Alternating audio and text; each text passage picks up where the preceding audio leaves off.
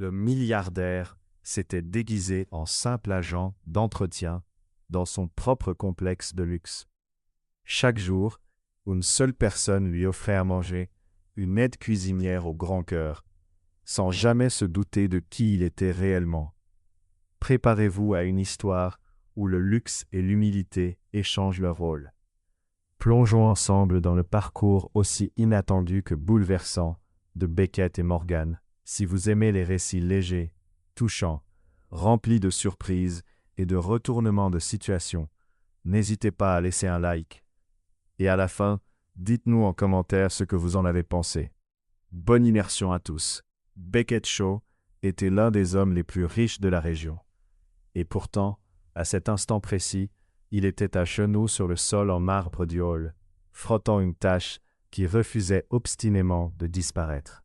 Le Cliffside Pacific Resort s'éveillait, enveloppé dans la brume familière de la côte de Monterey. À travers les immenses baies vitrées, l'océan ressemblait à une toile peinte de gris et de bleu. Des mouettes tournaient autour du bâtiment, comme si elles savaient que là-dedans vivaient des gens trop riches pour leur accorder la moindre attention. Les premiers clients descendaient déjà prendre leur petit déjeuner, traînant leur peignoir blanc et ce regard détaché de ceux qui ont payé une fortune pour afficher l'ennui. Pas un seul ne jeta un regard à l'homme en uniforme bleu marine, agenouillé dans un coin. Beckett frotta plus fort. La tache ne bougeait pas. Immobile, presque moqueuse. « Hé, vous là-bas !» Il leva les yeux. Une femme perchée sur des talons aiguilles, cachée derrière d'immenses lunettes de soleil, pointait le sol comme on désigne un insecte. « Il y a une marque près de l'ascenseur. Vous pouvez vous en occuper ?» Beckett ouvrit la bouche pour répondre, mais elle s'était déjà détournée, se dirigeant vers le restaurant. Le claquement de ses talons résonna dans le hall, comme de petits marteaux d'indifférence.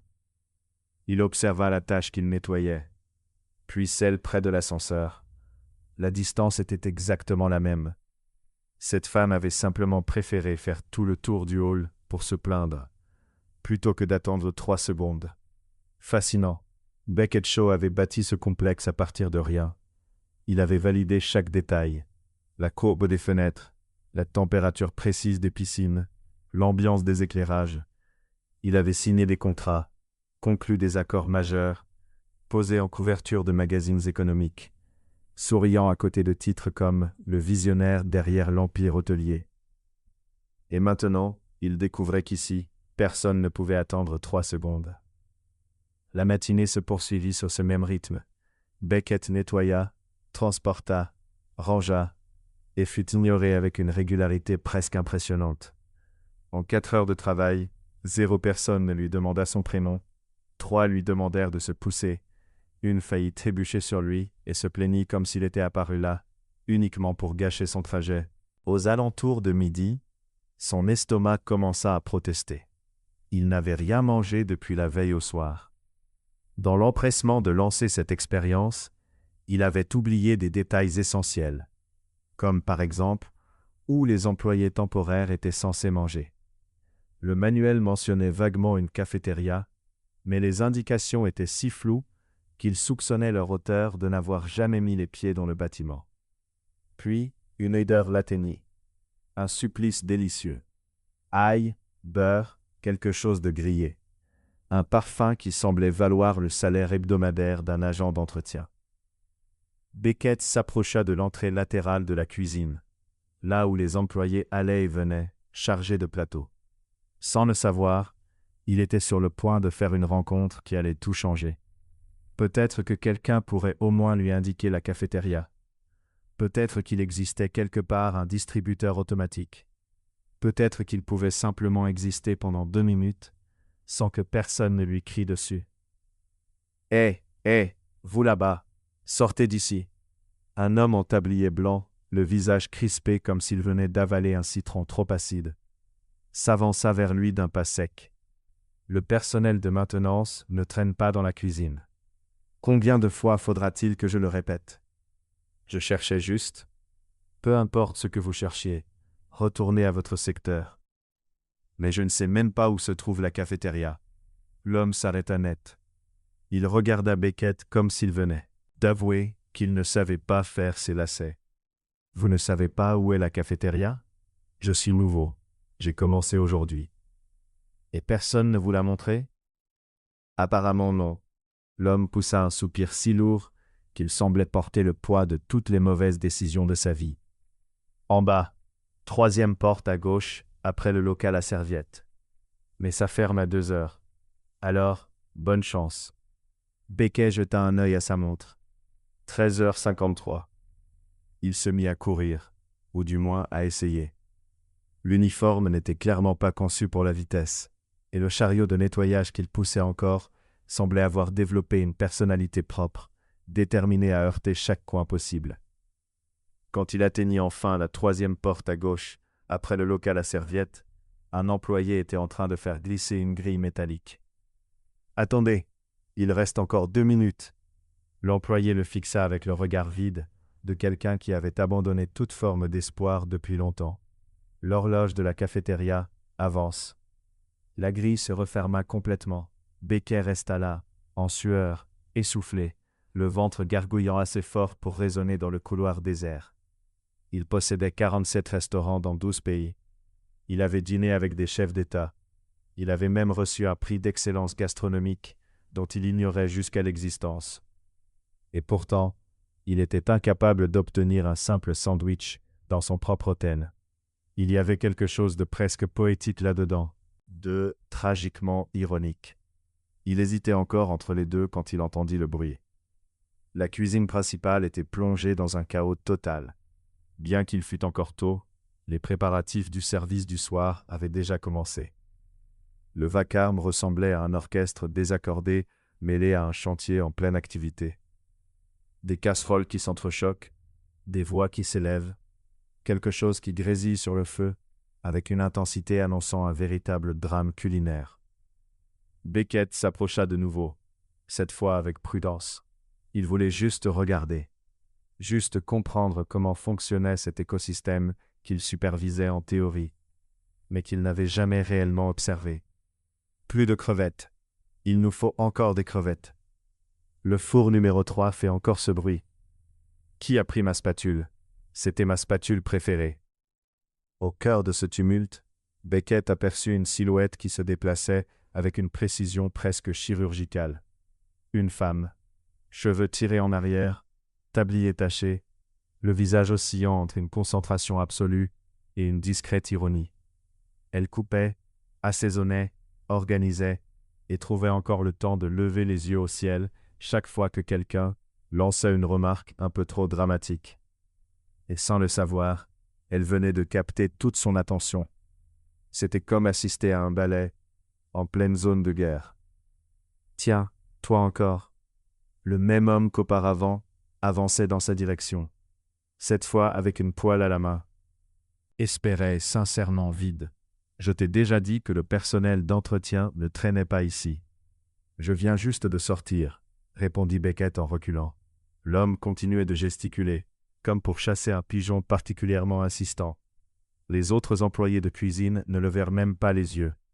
Ce n'était qu'un autre agent de maintenance expulsé. Ça arrivait probablement 3 fois par jour. Beckett atteignait presque le couloir quand quelque chose glissa dans sa direction. Sur le comptoir en acier. Une assiette. Simple, discrète, presque invisible au milieu de ce chaos. Du riz, des légumes grillés et ce qui semblait être du poisson effiloché aux herbes. Rien d'extravagant, mais assemblé avec un soin qui contrastait avec la frénésie autour. Beckett leva les yeux.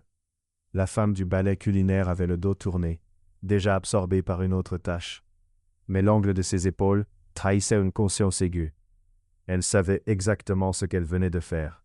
« Mange vite avant que Gerald ne revienne », dit-elle sans se retourner. Il devient encore plus insupportable quand il réalise qu'il a manqué l'occasion de crier sur quelqu'un. Beckett saisit l'assiette. La chaleur traversa ses doigts. « Merci. La fourchette est à gauche du comptoir, ajouta-t-elle. Ne prends pas celle de droite. C'est Marcos, et il a des problèmes d'attachement émotionnel avec ses ustensiles. » Elle continua de travailler, les mains jamais immobiles. mais un léger sourire étira le coin de sa bouche. Beckett mangea là, debout dans le coin le plus sombre qu'il put trouver. La nourriture était simple, mais elle avait le goût du salut. Chaque bouchée lui rappelait qu'il n'avait rien mangé depuis presque 20 heures, et qu'il aurait peut-être dû mieux planifier cette aventure. Lorsqu'il eut fini, la femme avait déjà disparu dans l'ouragan de casseroles et de commandes. Il laissa l'assiette dans un endroit discret et retourna dans le couloir, encore sous le choc de ce qui venait de se passer. En une journée entière de travail, une seule personne l'avait regardé et vu au-delà de l'uniforme. Une seule personne avait remarqué qu'il avait faim. Une seule personne avait agi, sans rien attendre en retour, sans demander qui il était ni pourquoi il méritait de l'aide. Beckett s'appuya contre le mur du couloir et resta là un moment. Il était venu au resort pour comprendre ce qui ne fonctionnait pas, identifier les problèmes que les rapports ne montraient pas et que les managers taisaient. Il s'attendait à découvrir des défaillances opérationnelles, des inefficacités, peut-être quelques écarts financiers cachés dans des tableaux complexes. Il ne s'attendait pas à trouver de la bienveillance là où il aurait dû y avoir de l'indifférence. Il ne s'attendait pas à ce que la seule personne à le traiter comme un être humain soit une aide cuisinière qu'il n'avait jamais vue auparavant. Dans ce couloir vide, empreint de l'odeur de produits nettoyants et d'air marin, Beckett prit une décision. Il ne se contenterait plus de chercher des problèmes ou de collecter des informations. Il allait désormais agir, avec humanité, là où personne n'y pensait. Ce n'était plus seulement un exercice d'humilité professionnelle ou une simple curiosité sociologique. Il allait continuer, parce qu'il voulait savoir qui était cette femme qui glissait des assiettes à des agents d'entretien affamés, en plein cœur du chaos. Et surtout parce que pour la première fois depuis des années, quelqu'un avait fait quelque chose pour lui sans savoir combien il valait. Le lendemain commencerait dans quelques heures à peine. Beckett retourna à son poste, attrapa le chariot de nettoyage et continua à travailler. Mais désormais, chaque fois qu'il passait près de la cuisine, il ralentissait le pas. Juste un peu. Juste assez pour voir si elle était là. La troisième assiette apparut, dans un seau à serpillière. Beckett la fixa pendant au moins 10 secondes, tentant de comprendre comment quelqu'un pouvait cacher du riz avec du poulet grillé dans le seul endroit où personne ne penserait jamais à chercher. Le récipient était propre, évidemment, mais quand même, la créativité frôlait l'inquiétant.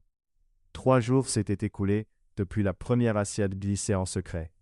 3 jours durant lesquels Beckett découvrit que rôder près de la cuisine aux heures de pointe était devenu son activité préférée. Ce n'était pas seulement une question de nourriture, enfin, un peu, mais surtout, c'était le jeu. Transformer le fait de nourrir un agent d'entretien affamé en une véritable discipline olympique. « Assiette bleue », murmura-t-elle en passant près de lui, les bras chargés de casseroles, cachés derrière l'extincteur. Beckett attendit 30 secondes, puis se dirigea vers l'extincteur. L'assiette bleue était là, encore tiède, recouverte d'une serviette en papier sur laquelle un sourire avait été dessiné au stylo. Il éclata de rire, seul, dans le couloir. La 4e fois, Morgan cacha tout un déjeuner dans le placard des produits de nettoyage. La 5e fois, elle laissa des instructions sous forme d'énigmes écrites sur une serviette. La 6e fois, elle se contenta de lui lancer un petit pain foré, en faisant semblant de trébucher. « Vous avez une bonne précision », commenta Beckett plus tard, lorsqu'il réussit à la trouver seule près de la chambre froide. « J'ai 5 frères et sœurs plus jeunes. Si tu n'apprends pas à lancer de la nourriture avec précision, tu ne survis pas au dîner de Thanksgiving. 5. Ma mère avait des théories intéressantes sur la planification familiale. » Beckett rangea soigneusement cette information dans un coin de son esprit. C'était la première chose personnelle qu'elle lui confiait. Et il réalisa alors qu'il voulait en savoir plus, beaucoup plus. Le problème, c'est que plus il passait de temps à jouer les agents d'entretien, plus il devenait évident qu'il n'avait aucune idée de ce qu'il faisait. Pourquoi êtes-vous en train de cirer le sol avec du polish pour meubles? Beckett se figea. Morgan se tenait dans l'encadrement de la salle de réception, les bras croisés, l'expression partagée entre l'horreur et l'amusement. Ce n'est pas un produit pour le sol, c'est pour le bois. Le sol est en marbre. Oh, vous êtes en train de créer une patinoire. Ça explique pourquoi ce client a failli faire un grand écart involontaire tout à l'heure. Morgane porta une main à sa bouche, mais le rire s'échappa malgré elle. Comment avez-vous obtenu ce travail? J'ai un CV très créatif. Sans attendre, elle entra dans la pièce et attrapa un chiffon propre sur une étagère que Beckett n'avait même jamais remarqué. D'abord, on enlève tout ça. Ensuite, on utilise le bon produit. Celui-là, le bleu, avec marbre écrit en grosses lettres. Pour ma défense, les lettres ne sont pas si grosses. Elles font la taille de ma main. Beckett regarda ses mains et sourit. Elles étaient petites, avec de légères cicatrices brûlées aux doigts. Les mains de quelqu'un qui travaille vraiment. Il commença à nettoyer le désordre qu'il avait créé. Tu enseignes toujours aux collègues incompétents, ou je suis spécial? Tu es le premier à confondre le polish pour meubles avec de la cire pour sol. Ça te met dans une catégorie unique. Je préfère penser que c'est de l'innovation. Moi, je préfère penser que c'est une plainte pour négligence en attente de se produire. Se souvenait pas de la dernière fois où il était resté calme près de quelqu'un sans ressentir le besoin de remplir l'espace de discussion professionnelle ou d'analyse de marché. 16 heures, dit soudain Morgane. Quoi? Mon service hier, 16 heures. Le sous-chef est tombé malade et personne n'a voulu couvrir. C'est permis? Morgane rit, mais ce n'était pas un rire joyeux. C'est un mardi. Beckett s'arrêta de frotter. Théoriquement, il savait que les hôtels fonctionnaient 24 heures sur 24. Il connaissait les horaires, les plannings, les heures supplémentaires. Mais 16 heures d'affilée dans une cuisine industrielle, sous la chaleur et la pression, à couper, porter, organiser sans arrêt. Et tu es revenu aujourd'hui? Je paie un loyer à San Francisco. Tu connais les prix? Il savait. Il était en partie responsable de certains, étant donné les propriétés commerciales qu'il possédait dans le quartier. Cette information resta coincée dans sa gorge, comme une arête de poisson. 7h23, reprit Morgane, les yeux toujours rivés sur le sol qu'elle rendait presque présentable. 7h23, par heure? C'est ce que je gagne. Après 3 ans ici, Beckett sentit quelque chose se serrer dans sa poitrine. Il dépensait plus que ça par jour, juste pour le café. Parfois du mauvais café d'aéroport, parce qu'il était trop pressé pour choisir. Morgane, la voix traversa l'air comme une lame de glace. Clayton Briggs apparut dans l'encadrement de la porte, comme un nuage d'orage incarné. Impeccable, cheveux sculptés avec une précision chirurgicale, expression de quelqu'un qui venait de marcher sur quelque chose de désagréable et décidait qui blâmer. Pourquoi êtes-vous ici, au lieu d'être en cuisine? Ma pause déjeuner, monsieur, a commencé il y a 5 minutes, et vous avez décidé de passer ce temps précieux à discuter avec le personnel de nettoyage. La manière dont il prononça « personnel de nettoyage » fit ressentir à Beckett qu'il venait d'être traité d'une façon bien moins polie. J'aidais à résoudre un problème sur le sol. Vous n'êtes pas payé pour résoudre des problèmes sur le sol.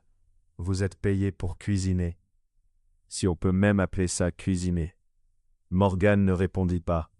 Elle resta là, menton relevé, yeux fixés sur un point au-dessus de l'épaule de Clayton. La posture de quelqu'un qui a déjà appris que réagir ne fait qu'aggraver les choses. Beckett sentit la colère monter comme du mercure dans un thermomètre. La vaisselle d'hier était incohérente, continua Clayton, apparemment prêt à dérouler tout un discours. Le risotto était présenté de manière amateur et j'ai reçu des plaintes concernant la température du poisson. Le four 3 est en panne depuis 2 semaines, monsieur. J'ai déjà fait 3 rapports. Alors vous auriez dû compenser. C'est ce que font les professionnels. Ils compensent. Ils s'adaptent. Ils ne donnent pas d'excuses. Beckett ouvrit la bouche, puis la referma. Chaque cellule de son corps voulait intervenir. Voulait dire que le four numéro 3 était hors service parce que la demande de maintenance avait été refusée pour réduire les coûts. Voulait dire qu'il le savait parce que c'était lui qui avait approuvé cette coupe budgétaire 6 mois plus tôt, sans poser la moindre question. Mais il ne pouvait rien dire. Pas encore. Clayton remarqua enfin qu'il y avait une autre personne dans la pièce. « Et vous? Qui êtes-vous? » « Beckett, maintenance temporaire. »« Temporaire? » « Oui, monsieur. » Clayton le détailla avec ce regard de scanner à rayon X que les directeurs d'hôtels de luxe semblent développer après des années de pratique. Qui vous a embauché? Les ressources humaines, monsieur. Quel nom? Qui a signé votre dossier? Beckett hésita. Une demi-seconde. C'était suffisant. Clayton inclina légèrement la tête, comme un prédateur qui vient de détecter un mouvement dans son champ périphérique. Intéressant. Un agent d'entretien temporaire qui ne sait pas qui l'a embauché. C'était une procédure en ligne, monsieur. Beaucoup d'intervenants. Je vois. Le silence qui suivit ne dura que quelques secondes, mais sembla s'étirer à l'infini. Clayton se tourna vers Morgan. 5 minutes, en cuisine. Et ne me laissez plus vous surprendre en train de bavarder. Il partit sans se retourner. Mais Beckett remarqua que son regard balaya une dernière fois la pièce, enregistrant, classant, calculant. Morgan relâcha enfin l'air qu'elle retenait. « Tu dois faire attention avec lui. » J'avais remarqué. « Non, tu n'as pas remarqué. Clayton, n'oublie pas. Jamais un visage. Et il vient de mémoriser le tien. » Elle s'éloigna rapidement, laissant Beckett seul avec le sol en marbre enfin propre, et une sensation grandissante qu'il venait de se placer une cible dans le dos. Au bout du couloir, Clayton Briggs s'arrêta devant un ordinateur et lança une recherche rapide dans le système des employés. Beckett Shaw, maintenance temporaire. Le curseur clignota 3 fois. Aucun résultat trouvé. Clayton Briggs collectionnait les stylos de luxe, les cravates importées et la peur des employés. Ce matin-là, il portait les 3 en traversant le hall du complexe hôtelier, tel un requin évoluant en eau territoriale. Les employés s'écartaient par pur instinct. Certains faisaient semblant d'avoir des tâches urgentes qui n'existaient pas. D'autres disparaissaient dans des couloirs secondaires, comme des magiciens de cirque. Beckett observa la scène depuis un coin, où il faisait semblant de polir la même rampe depuis 20 minutes. Depuis la recherche effectuée la veille, Clayton avait intensifié sa présence. Il surgissait dans des endroits improbables, posait des questions au hasard, observait des détails que personne n'était censé remarquer. Travailler sous son regard, c'était comme évoluer sous celui d'un aigle, qui a des problèmes de confiance. Réunion générale. La voix de Clayton trancha l'air du hall. Tout le personnel de service. Salle d'événement B. Maintenant. Ce n'était pas une invitation. C'était un ordre. Beckett lâcha son chiffon et suivit le flot d'uniformes nerveux vers la salle. Du coin de l'œil, il aperçut Morgan sortir de la cuisine, s'essuyant les mains sur son tablier, le visage partagé entre résignation et irritation. Leurs regards se croisèrent une demi-seconde. Morgan leva les yeux au ciel d'une manière très claire, qui signifiait « Et voilà, ça recommence ». Beckett dut se mordre la lèvre pour ne pas rire. La salle d'événement B était habituellement réservée aux mariages et aux conférences d'entreprise. Aujourd'hui, il abritait 40 employés, serrés entre des chaises empilées et des tables pliantes. Tous avec la même expression de gens qui préfèrent être n'importe où ailleurs sur la planète. Clayton se plaça devant eux comme un général sur le point d'annoncer une bataille. Résultat trimestriel, commença-t-il sans préambule. En dessous des attentes, un murmure parcourut la salle. Le conseil met en place des ajustements, des réductions de coûts et une restructuration des équipes. Morgan croisa les bras. Beckett remarqua que ses doigts étaient crispés au point de laisser des marques. Certaines zones seront particulièrement affectées, continua Clayton, et ses yeux marquèrent une pause calculée en direction de la cuisine. L'efficacité est le mot du moment. Ceux qui ne s'adaptent pas seront réaffectés ou licenciés. Excusez-moi, coupa la voix de Morgan à travers le silence. Quand vous dites s'adapter, qu'entendez-vous exactement? Clayton se tourna vers elle avec la lenteur d'un serpent prêt à frapper. Cela signifie faire le travail sans se plaindre. Cela signifie ne pas remettre en question les décisions supérieures.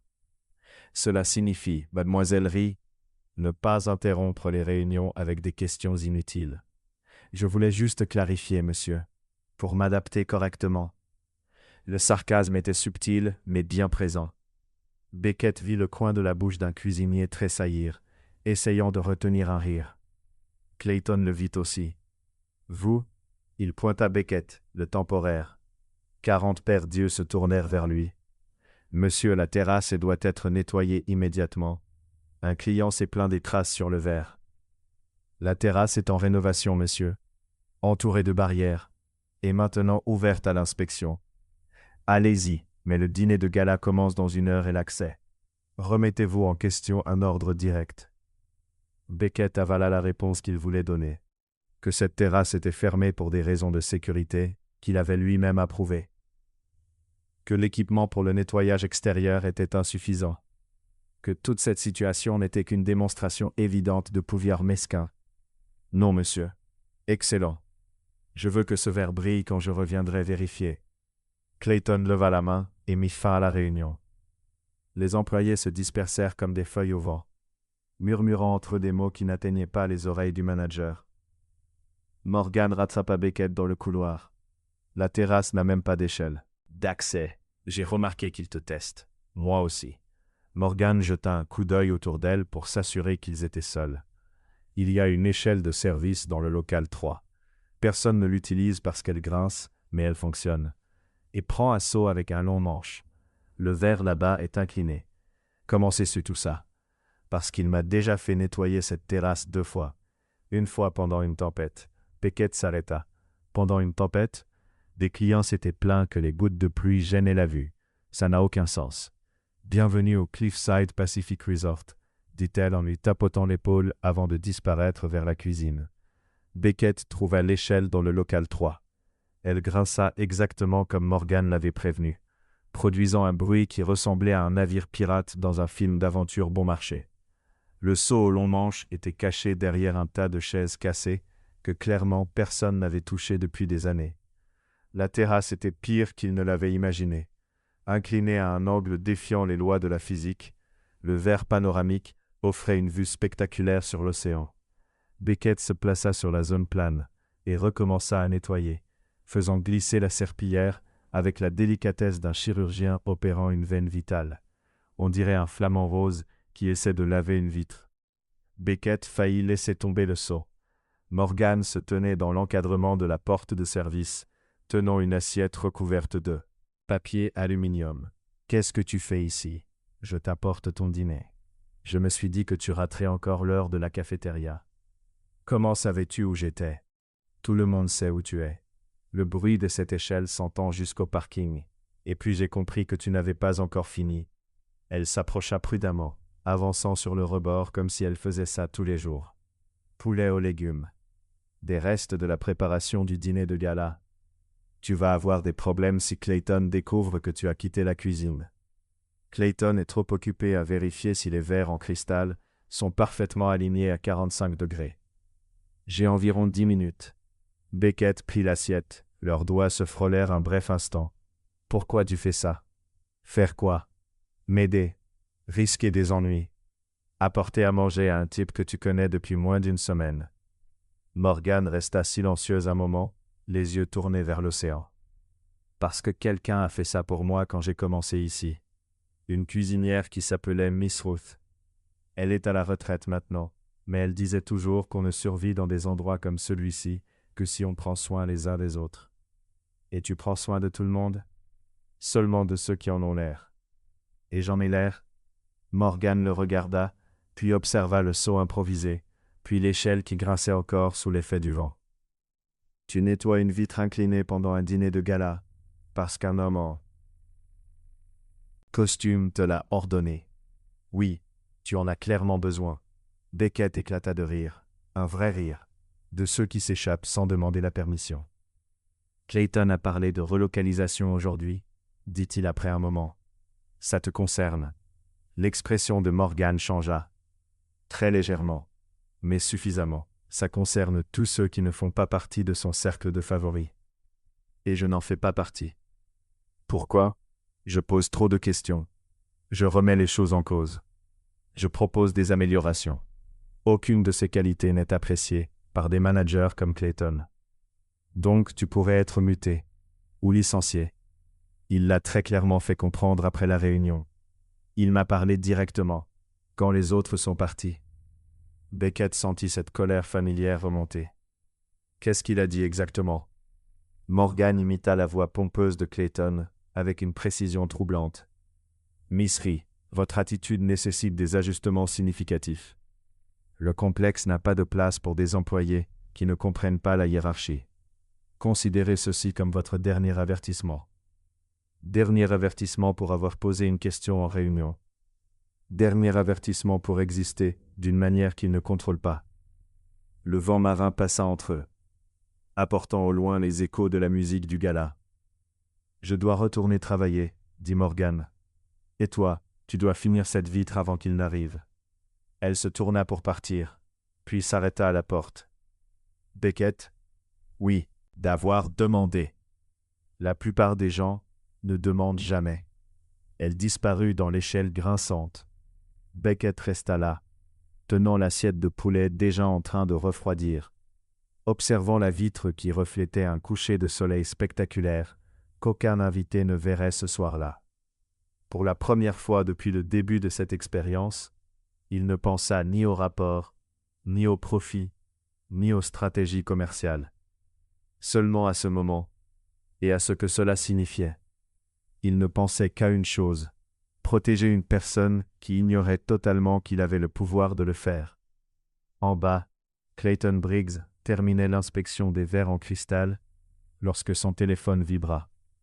Un message des ressources humaines. Concernant l'employé que vous avez mentionné. Aucun dossier d'embauche officiel. Documentation incomplète. En attente d'instruction. Clayton sourit pour la première fois de la journée. L'horloge de la zone de service indiquait 23h47 lorsque Morgan éclata du plus grand rire que Beckett lui ait jamais entendu.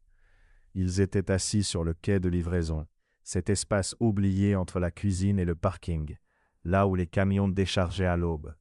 Ce n'était ni joli, ni confortable, mais c'était le seul endroit du resort où Clayton Briggs ne mettait jamais les pieds.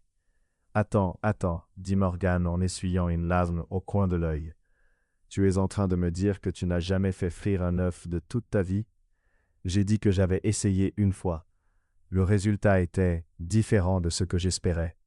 Différent comment? Disons simplement que le détecteur de fumée de mon appartement en garde encore un traumatisme. » Morgan se plia en deux de rire, le son résonnant dans l'espace vide. Une semaine s'était écoulée depuis l'épisode de la terrasse. Une semaine de rencontres volées en fin de service, de conversations chuchotées entre deux tâches, de plaisanteries échangées par regards rapides quand Clayton passait à proximité. Le quai de livraison était devenu leur territoire, un refuge improvisé, hors d'atteinte du monde du resort. « Raconte-moi une autre, » demanda Beckett. « Une histoire absurde ?» Morgan réfléchit un instant, les yeux brillants de cette énergie qui apparaissait juste avant une bonne histoire. L'année dernière, un client a demandé à la cuisine de préparer un gâteau d'anniversaire pour son chien. Ça ne me paraît pas si absurde. Était allergique au gluten, au lactose et au bonheur. Apparemment, le gâteau devait être vegan, bio et en forme d'os. Et vous l'avez fait? Bien sûr. On l'a apporté ensuite sur un plateau en argent. Le chien a regardé le gâteau, nous a regardés, puis s'est endormi sur le canapé. Il ne l'a même pas reniflé. Et le client? Offensé. Il a exigé qu'on refasse le gâteau dans une autre forme. Pendant 3 jours, il nous a fait recommencer. Forme de balle, forme de lune, forme de ce qu'il appelait l'essence canine. Et c'est quoi l'essence canine en gâteau? À ce jour, je n'en ai aucune idée. On a fini par faire quelque chose qui ressemblait à un nuage mal formé. Il a accepté. Et le chien a continué à tout ignorer. Morgan sourit. Cet animal était mon héros. Beckett éclata de rire. Un rire franc, profond, de ceux qui font mal aux côtes. À ton tour, dit Morgan. Raconte-moi quelque chose sur ta vie. Quelque chose de vrai. La question le prit de court. Depuis des jours, il construisait une version soigneusement filtrée de lui-même, un homme simple. Issu d'un milieu simple, à la vie sans relief. J'ai grandi sur la côte Est, dit-il enfin, pesant chaque mot. Petite famille. J'ai travaillé dans plusieurs endroits. Quel genre d'endroits? Des bureaux surtout. De l'administratif. Morgan fronça légèrement les sourcils. Tu ne fais pas très type de bureau. Pourquoi ça? Elle inclina la tête, l'observant attentivement. Tu observes trop. Les gens de bureau regardent des tableaux. Toi, tu regardes les gens. Le cœur de Beckett s'emballa. Elle était bien trop perspicace. Peut-être que je suis juste curieux. Peut-être, répondit-elle doucement. Ou peut-être que tu caches quelque chose. L'air entre eux devint soudainement chargé. 1 seconde. 2 secondes. 3. Morgan sourit. Ici, tout le monde cache quelque chose. Marco en cuisine a une chaîne de cuisine sur Internet. Il jure que personne ne le sait. Linda, à la réception, écrit des romans pendant son temps libre. Et moi, j'ai un carnet rempli de recettes que je veux tester un jour, quand j'aurai ma propre cuisine. Tu veux avoir ton propre restaurant? La question sortit avant que Beckett ne puisse se retenir. Morgan haussa les épaules, mais le geste trahissait une certaine vulnérabilité. Un vieux rêve. Il restera probablement un rêve, mais c'est agréable d'avoir quelque chose à imaginer quand Clayton crie à propos de la température d'une sauce. Pourquoi un rêve? Pourquoi pas un plan? Parce que les plans ont besoin d'argent, de temps et d'opportunités. Moi, j'ai des journées de 16 heures. Et un loyer qui avale 80% de mon salaire. Beckett avala la réponse qu'il brûlait de donner. Qu'il pouvait changer ça. Qu'un simple appel, une signature, une décision suffirait. Mais cela détruirait tout. Eh, dit Morgan, en changeant de sujet avec l'agilité de quelqu'un qui s'est entraîné pendant des années. Face à Clayton. Me défendre? Oui, verbalement. Tu restes figé comme une statue quand il commence à crier. Et ça ne fait que l'encourager. Et je devrais faire quoi? Morgan se redressa, adoptant une posture pompeuse.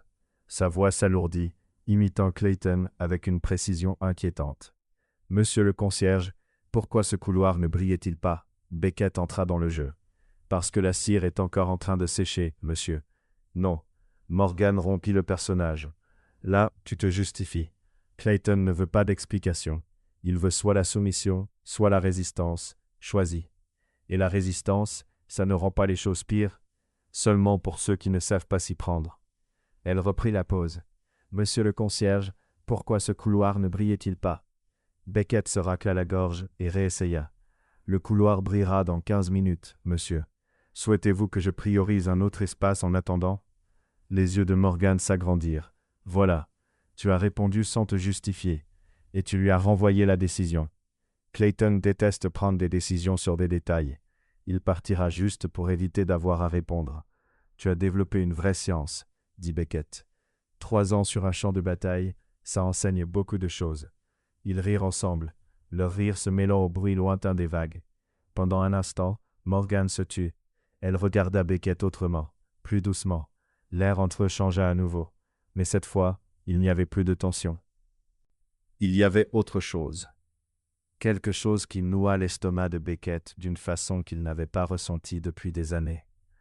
Elle ouvrit la bouche pour dire quelque chose. Son talkie-walkie grésilla soudainement. Morgan, cuisine, maintenant.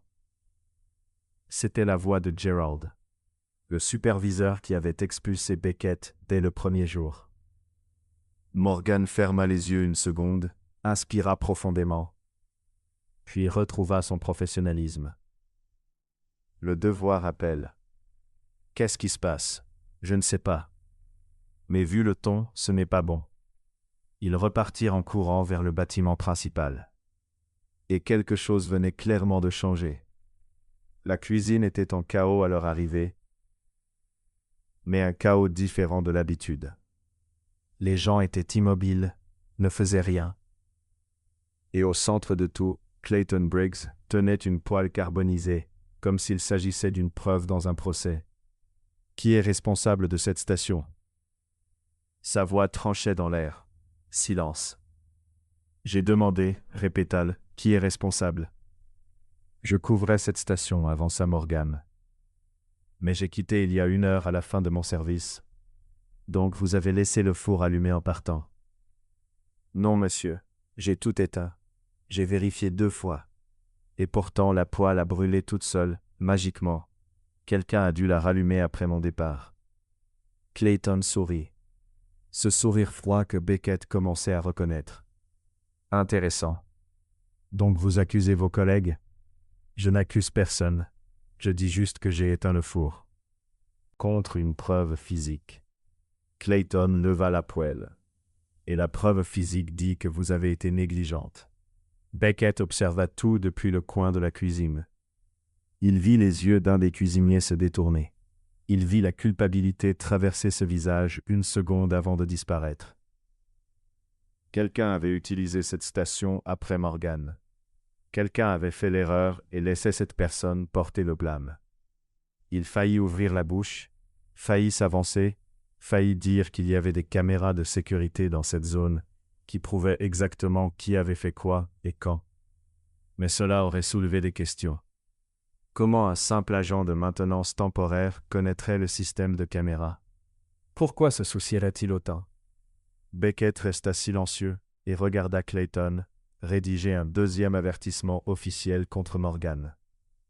Quand tout fut terminé, quand la cuisine se vida et que les lumières s'éteignirent, Beckett se tint dans le couloir vide. Morgan passa devant lui sans s'arrêter, les yeux rouges mais secs. « Et, lança-t-il. Elle ne se retourna pas. « Pas ce soir, Beckett, s'il te plaît. » La porte du vestiaire féminin se referma avec un clic doux. Beckett s'appuya contre le mur et resta là, dans l'obscurité, écoutant le son de son propre silence. Il aurait pu l'empêcher, aurait pu la défendre, aurait pu révéler la vérité, et il n'avait rien fait. Le poids de ce choix était différent de toute décision professionnelle qu'il avait jamais prise. Pour le justifier, aucun tableau à analyser, aucun consultant à blâmer. Il y avait seulement lui, son mensonge, et une femme qui méritait mieux que cela. Cette nuit-là, Beckett ne dormit pas, et quelque part dans le resort, un cuisinier nommé Marcus supprimait un message texte qui disait « Merci de ne pas m'avoir dénoncé. Je te revaudrai ça. » Le destinataire, Clayton Briggs. Beckett Shaw a pris la décision à 3 heures du matin, enfermé dans les toilettes du vestiaire homme. « J'ai besoin que vous accédiez au système des ressources humaines du resort, » murmura-t-il dans le téléphone. De l'autre côté de la ligne, son assistante exécutive, Diana, mit exactement 2 secondes à se réveiller complètement. « Monsieur Shaw, il est 3 heures du matin. Je sais quelle heure il est. Vous aviez dit ne pas vouloir de contact pendant cette expérience. J'ai changé d'avis. J'ai besoin que vous trouviez un avertissement émis hier contre une employée nommée Morgan Rhee. Et je veux que cet avertissement disparaisse. » Silence au bout du fil. Disparaître, maison, monsieur, comme s'il n'avait jamais existé. Erreur système, échec administratif, n'importe quoi, c'est irrégulier. Diana, en 12 ans, m'as-tu déjà vu demander quelque chose d'irrégulier? Non, monsieur. Alors faites-le. Il raccrocha avant qu'elle ne puisse poser d'autres questions. Le lendemain matin, Morgan arriva au travail en s'attendant au pire. Un deuxième avertissement signifiait un entretien avec les ressources humaines. Une possible suspension. Peut-être un licenciement. Elle avait passé toute la nuit à répéter ses arguments, à préparer sa défense, à tenter de se souvenir de chaque détail prouvant qu'elle n'avait pas laissé le feu allumé. Mais lorsqu'elle ouvrit son casier dans le vestiaire, elle n'y trouva que son uniforme propre habituel. Aucune convocation. Aucune enveloppe officielle. Rien d'anormal. Elle consulta le système des employés sur la tablette de la cuisine. Son dossier n'affichait qu'un seul avertissement. Le premier, celui d'il y a plusieurs semaines. Le second avait disparu. Encore plus étrange. « Salut Morgan. » Beckett apparut dans l'embrasure de la porte de la cuisine, une serpillière à la main, avec cette expression de quelqu'un qui faisait de son mieux pour avoir l'air détendu. « Tout va bien? » « Tout va très bien en fait. Étrangement bien. C'est une bonne chose, non? » « Oui. Je ne comprends juste pas pourquoi. » Beckett haussa les épaules avec un enthousiasme un peu trop appuyé. « Parfois, les choses s'arrangent toutes seules. » Morgan plissa les yeux. « Tu agis bizarrement? » « Je suis toujours bizarre. Tu as dit toi-même que je ressemblais à un flamant rose essayant de ne pas tomber. C'était dans un contexte précis. Les flamants roses sont étranges dans tous les contextes. » Elle continua à le fixer de cette manière précise. Celle qui donnait à Beckett l'impression d'être un livre ouvert, lu par quelqu'un qui maîtrisait toutes les langues. Qu'est-ce que tu as fait? Moi? Rien. Le hall 2 fois. J'ai failli renverser une statue. Mais techniquement, elle est toujours debout, donc ça ne compte pas. Beckett. Morgan. L'avertissement a disparu. Quel avertissement? Tu sais très bien lequel.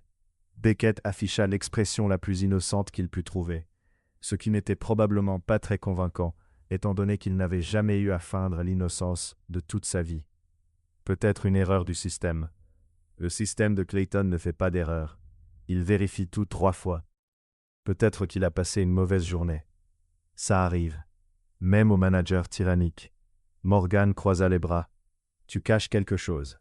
Je cache plusieurs choses. Tout le monde cache quelque chose. Tu as dit toi-même que Marco a une chaîne de cuisine secrète. Ce n'est pas pareil. Pourquoi? Parce que la chaîne de Marco ne fait pas disparaître des avertissements comme par magie. Un cuisinier passa près d'eux avec une pile de casseroles et lança un regard curieux vers leur discussion. Morgan baissa la voix. « Écoute, je ne sais pas ce qui se passe.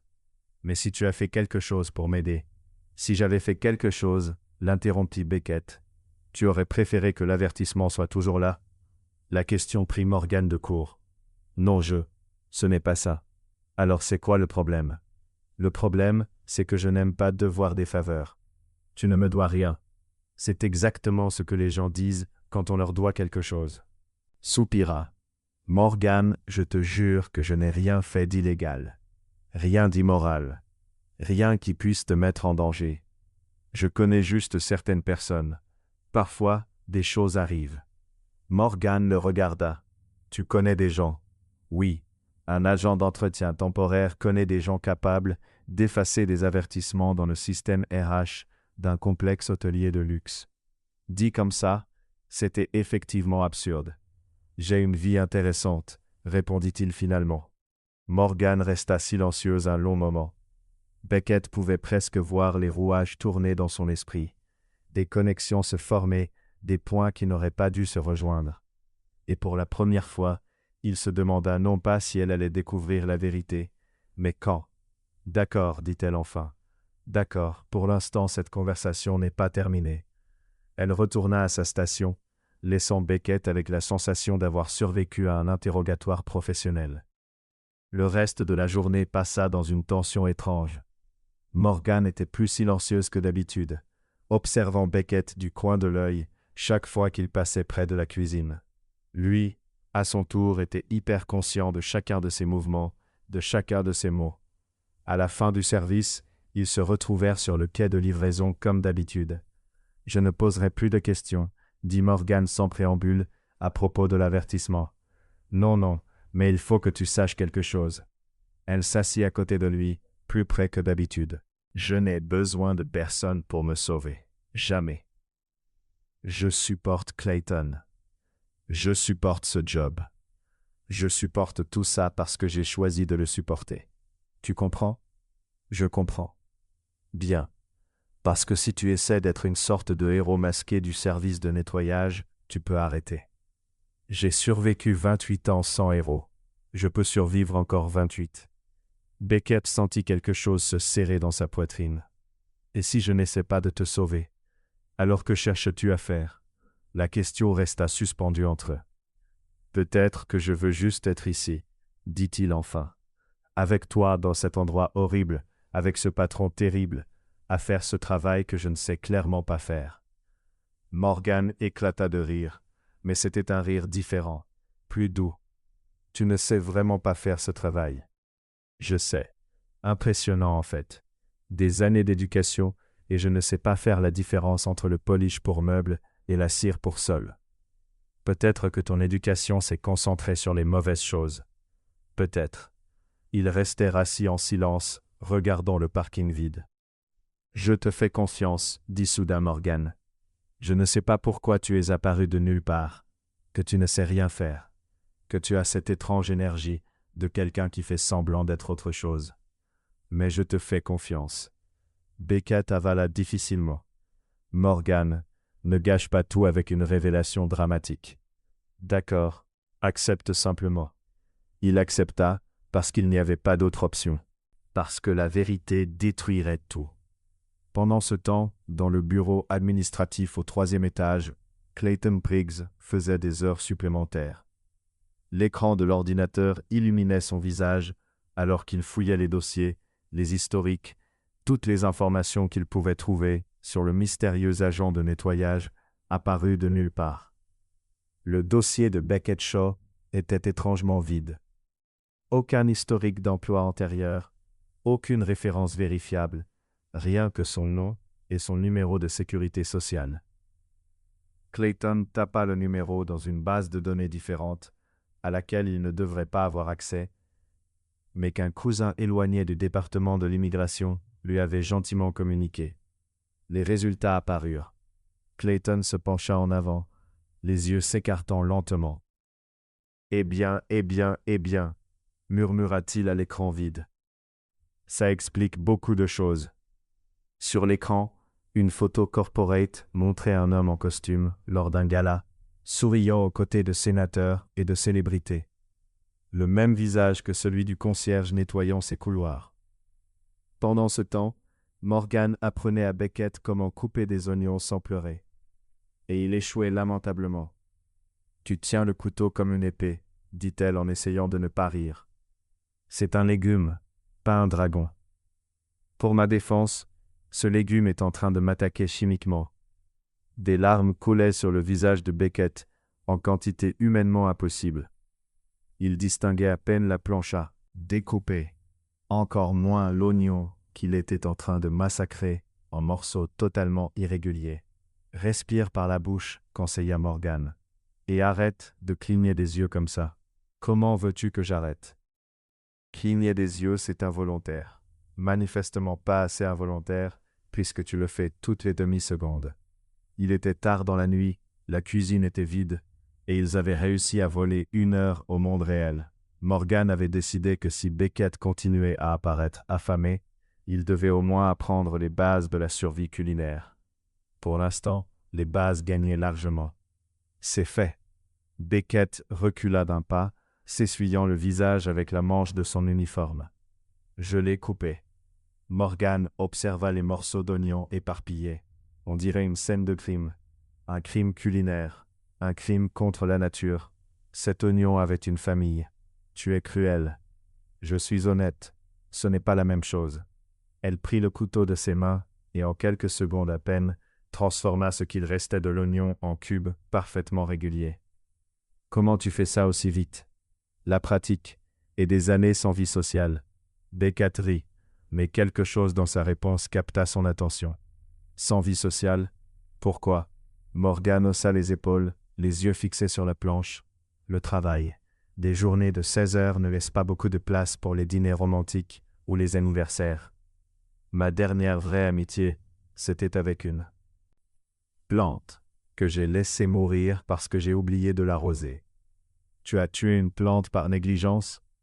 Un cactus, apparemment indestructible. Tu as donc prouvé que les scientifiques avaient tort. Presque impressionnant, non? Merci. J'ai des talents cachés. Ils travaillèrent en silence quelques minutes. Morgan préparait les ingrédients d'une recette qu'elle voulait tester.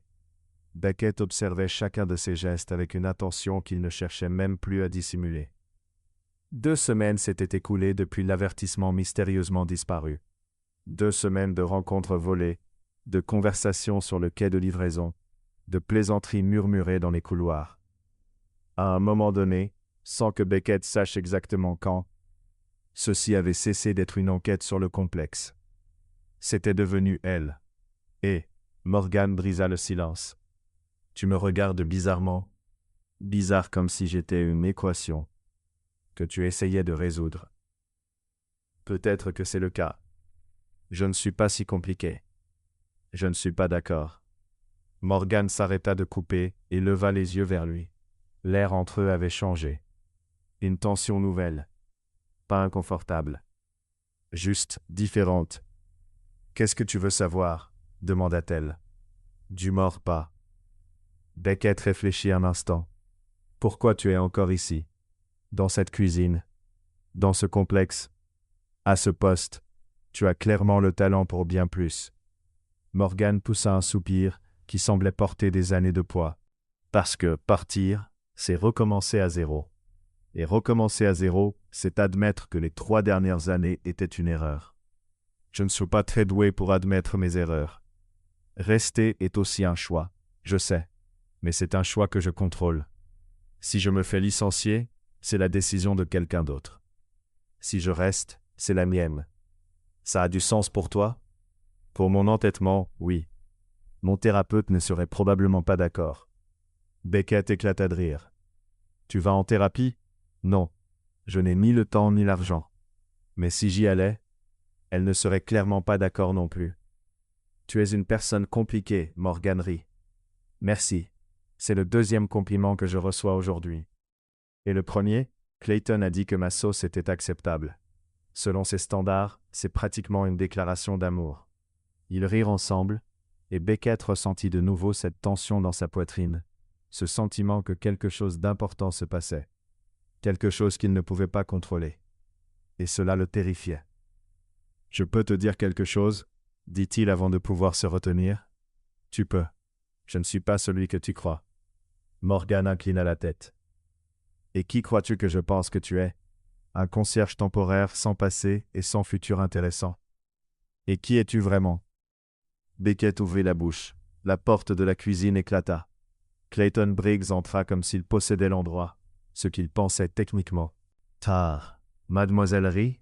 Morgan ne fléchit pas. Je teste une nouvelle recette, monsieur. Avec les ingrédients du resort, les restes qui iraient à la poubelle. Intéressante définition de reste. Clayton fit le tour du comptoir comme un inspecteur à la recherche de défauts. Ses yeux passèrent sur Beckett avec une lenteur calculée.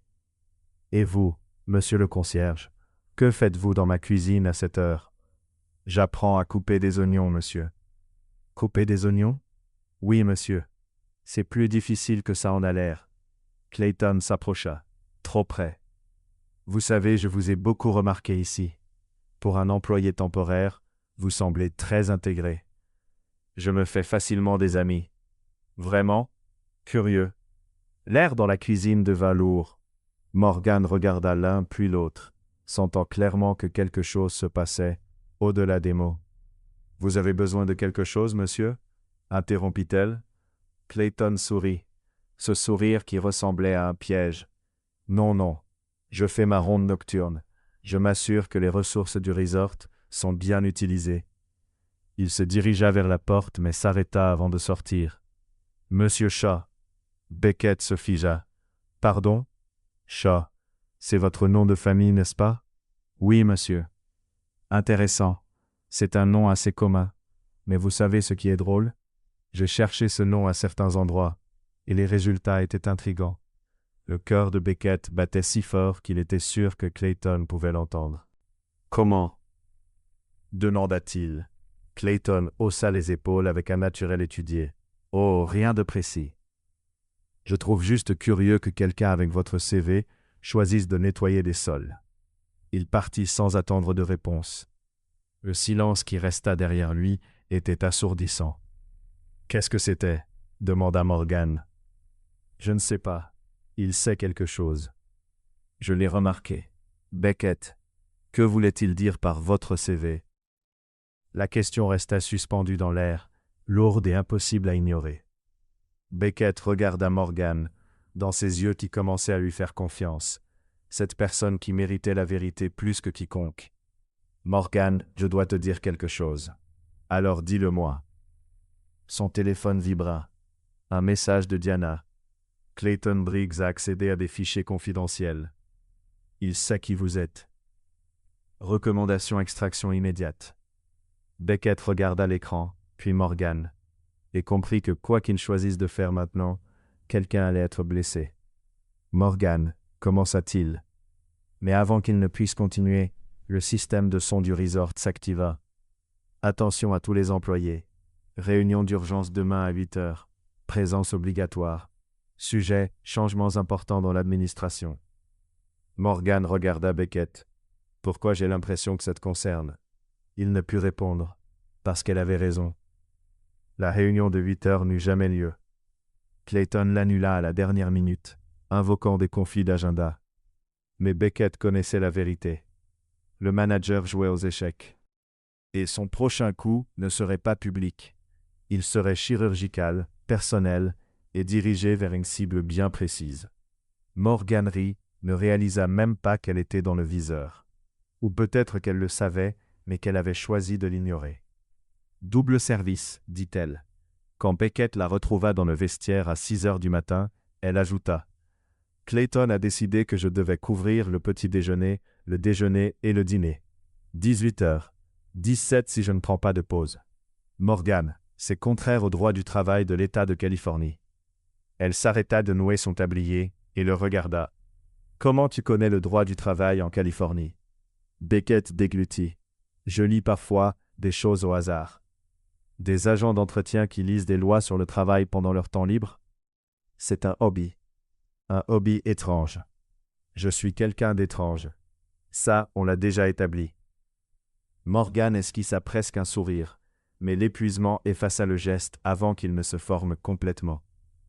Les jours suivants furent un véritable exercice d'endurance. Clayton semblait avoir développé un talent particulier pour apparaître dès que Morgan faisait la moindre erreur. Une goutte de sauce sur le plan de travail, une cuillère mal placée, un plat livré avec 3 secondes de retard. Chaque faute était notée, enregistrée, classée. « Tu montes un dossier », pensa Beckett en silence, en voyant Clayton noter quelque chose sur sa tablette, après avoir critiqué Morgan pour la 5e fois de la journée. C'était une tactique qu'il connaissait bien. Les entreprises faisaient ça tout le temps quand elles voulaient licencier quelqu'un sans avoir l'air injuste. Elles accumulaient de petites infractions, construisaient un historique, puis utilisaient le tout comme justification légale. Il avait validé des licenciements de cette manière. Il ne s'était jamais demandé ce que ça faisait, d'être de l'autre côté. Et Morgan apparut à côté de lui dans le couloir, portant une pile de casseroles qui semblait plus lourde qu'elle. « Tu as encore ce regard. » « Quel regard ?» « Le regard de quelqu'un qui prépare quelque chose de compliqué. »« Je ne prépare rien. » Menteur. Elle continua d'avancer avant qu'il ne puisse répondre. Jeudi, la situation empirait. Clayton mit en place ce qu'il appela un protocole d'efficacité. En pratique, cela signifiait que Morgan devait faire le travail de 3 personnes, avec les ressources de la moitié. « Le coupe-légumes est en panne », signala-t-elle pendant la réunion d'équipe. « Utilisez un couteau », répondit Clayton sans même lever les yeux. « Couper des légumes pour 200 portions à la main va tripler le temps de préparation. Alors travaillez plus vite. » « Monsieur, j'explique simplement que, physiquement, Miss Lee, j'ai entendu votre remarque. Ma réponse est simple. Adaptez-vous. C'est ce que font les professionnels. » Morgan serra les poings le long de son corps, mais ne dit rien.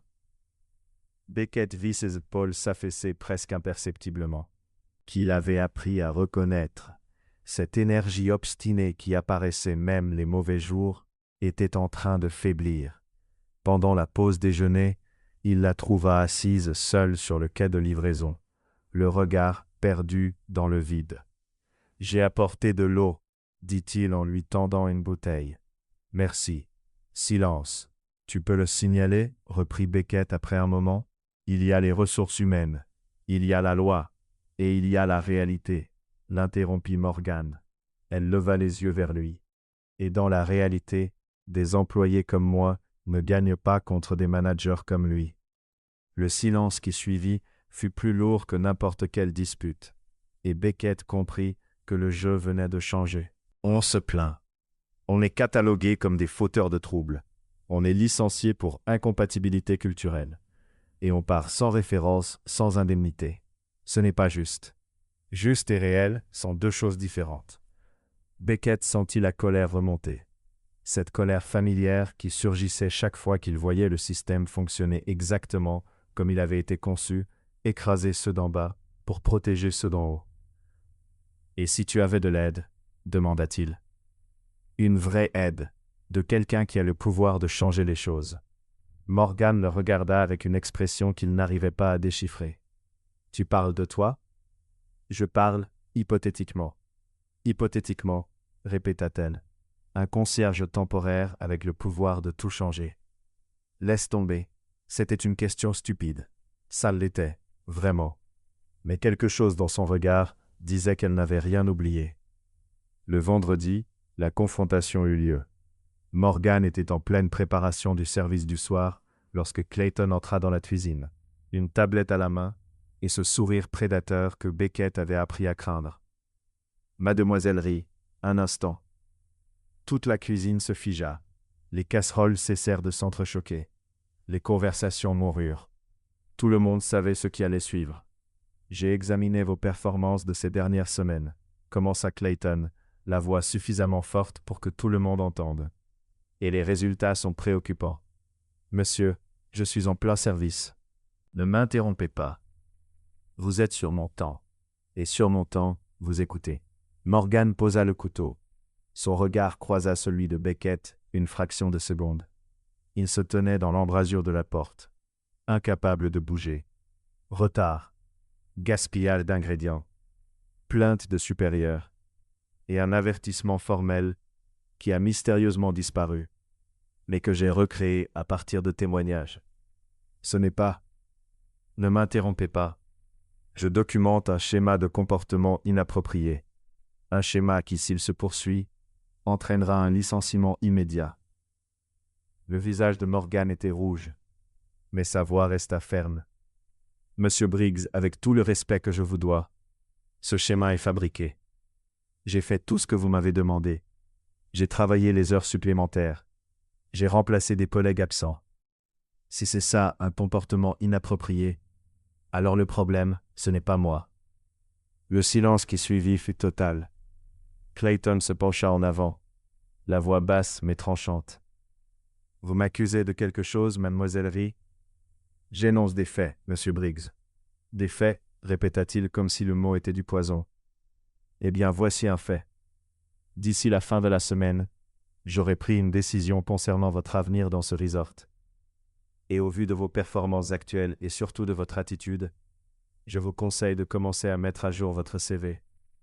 Il tourna les talons et quitta la cuisine. Le silence persista encore quelques secondes avant que les bruits habituels ne reprennent. Mais quelque chose avait changé. Une attention nouvelle flottait dans l'air. Morgan retourna à son poste sans regarder personne. Beckett la suivit dans le couloir de service dès qu'il put s'éclipser. Morgan, non, je veux juste. J'ai dit non. Elle s'arrêta, inspira profondément, et lorsqu'elle se retourna, des larmes brillaient dans ses yeux. Des larmes qu'elle refusait de laisser tomber. Tu veux aider? Très bien. Alors, dis-moi la vérité. Qui es-tu vraiment? Pourquoi es-tu ici? Et pourquoi Clayton semble te connaître? Beckett resta silencieux. C'est bien ce que je pensais, dit Morgan. Tout le monde a des secrets, mais certains secrets font plus mal que d'autres. Elle retourna en cuisine. Beckett resta seul dans le couloir, le poids du mensonge plus lourd que jamais. Cette nuit-là, Clayton Briggs envoya un email au service juridique du resort. Objet, procédure de licenciement. À Morgan Rie, corps de l'email, veuillez préparer la documentation nécessaire à un licenciement pour motif valable. Date limite, lundi. Mais l'email de licenciement n'est jamais arrivé au service juridique. À 2 heures du matin, Diana l'a intercepté. Elle l'a redirigé vers un dossier auquel seul Becca avait accès, puis a envoyé une réponse automatique, indiquant que le système était temporairement en maintenance. Clayton Briggs a passé tout le samedi à tenter de renvoyer la documentation. En vain. Beckett savait que ce n'était qu'une solution provisoire, posée sur une blessure qui nécessitait une opération. Mais c'était tout ce qu'il pouvait faire sans tout révéler. Le lundi matin, des choses étranges ont commencé à se produire au complexe. Le coupe-légumes, en panne depuis des semaines, a été remplacé par un modèle flambant neuf. La machine à café de l'espace employé, celle qui crachait un liquide plus proche de l'huile que de la caféine, a été remplacée par un modèle importé. Les uniformes usés du personnel de cuisine ont disparu, remplacés par des tenues neuves, bien ajustées dans un tissu qui ne grattait pas.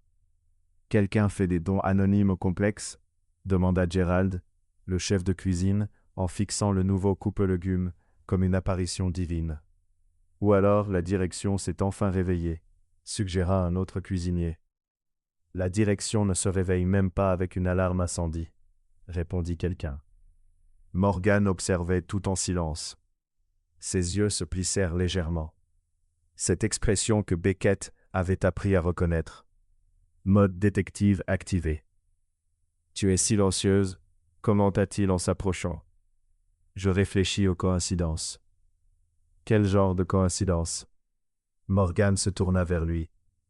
Le genre où je suis sur le point d'être licencié et où soudainement, tout l'équipement dont je me plains depuis 6 mois arrive flambant neuf.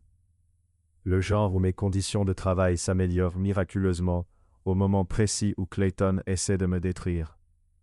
Beckett garda un visage neutre.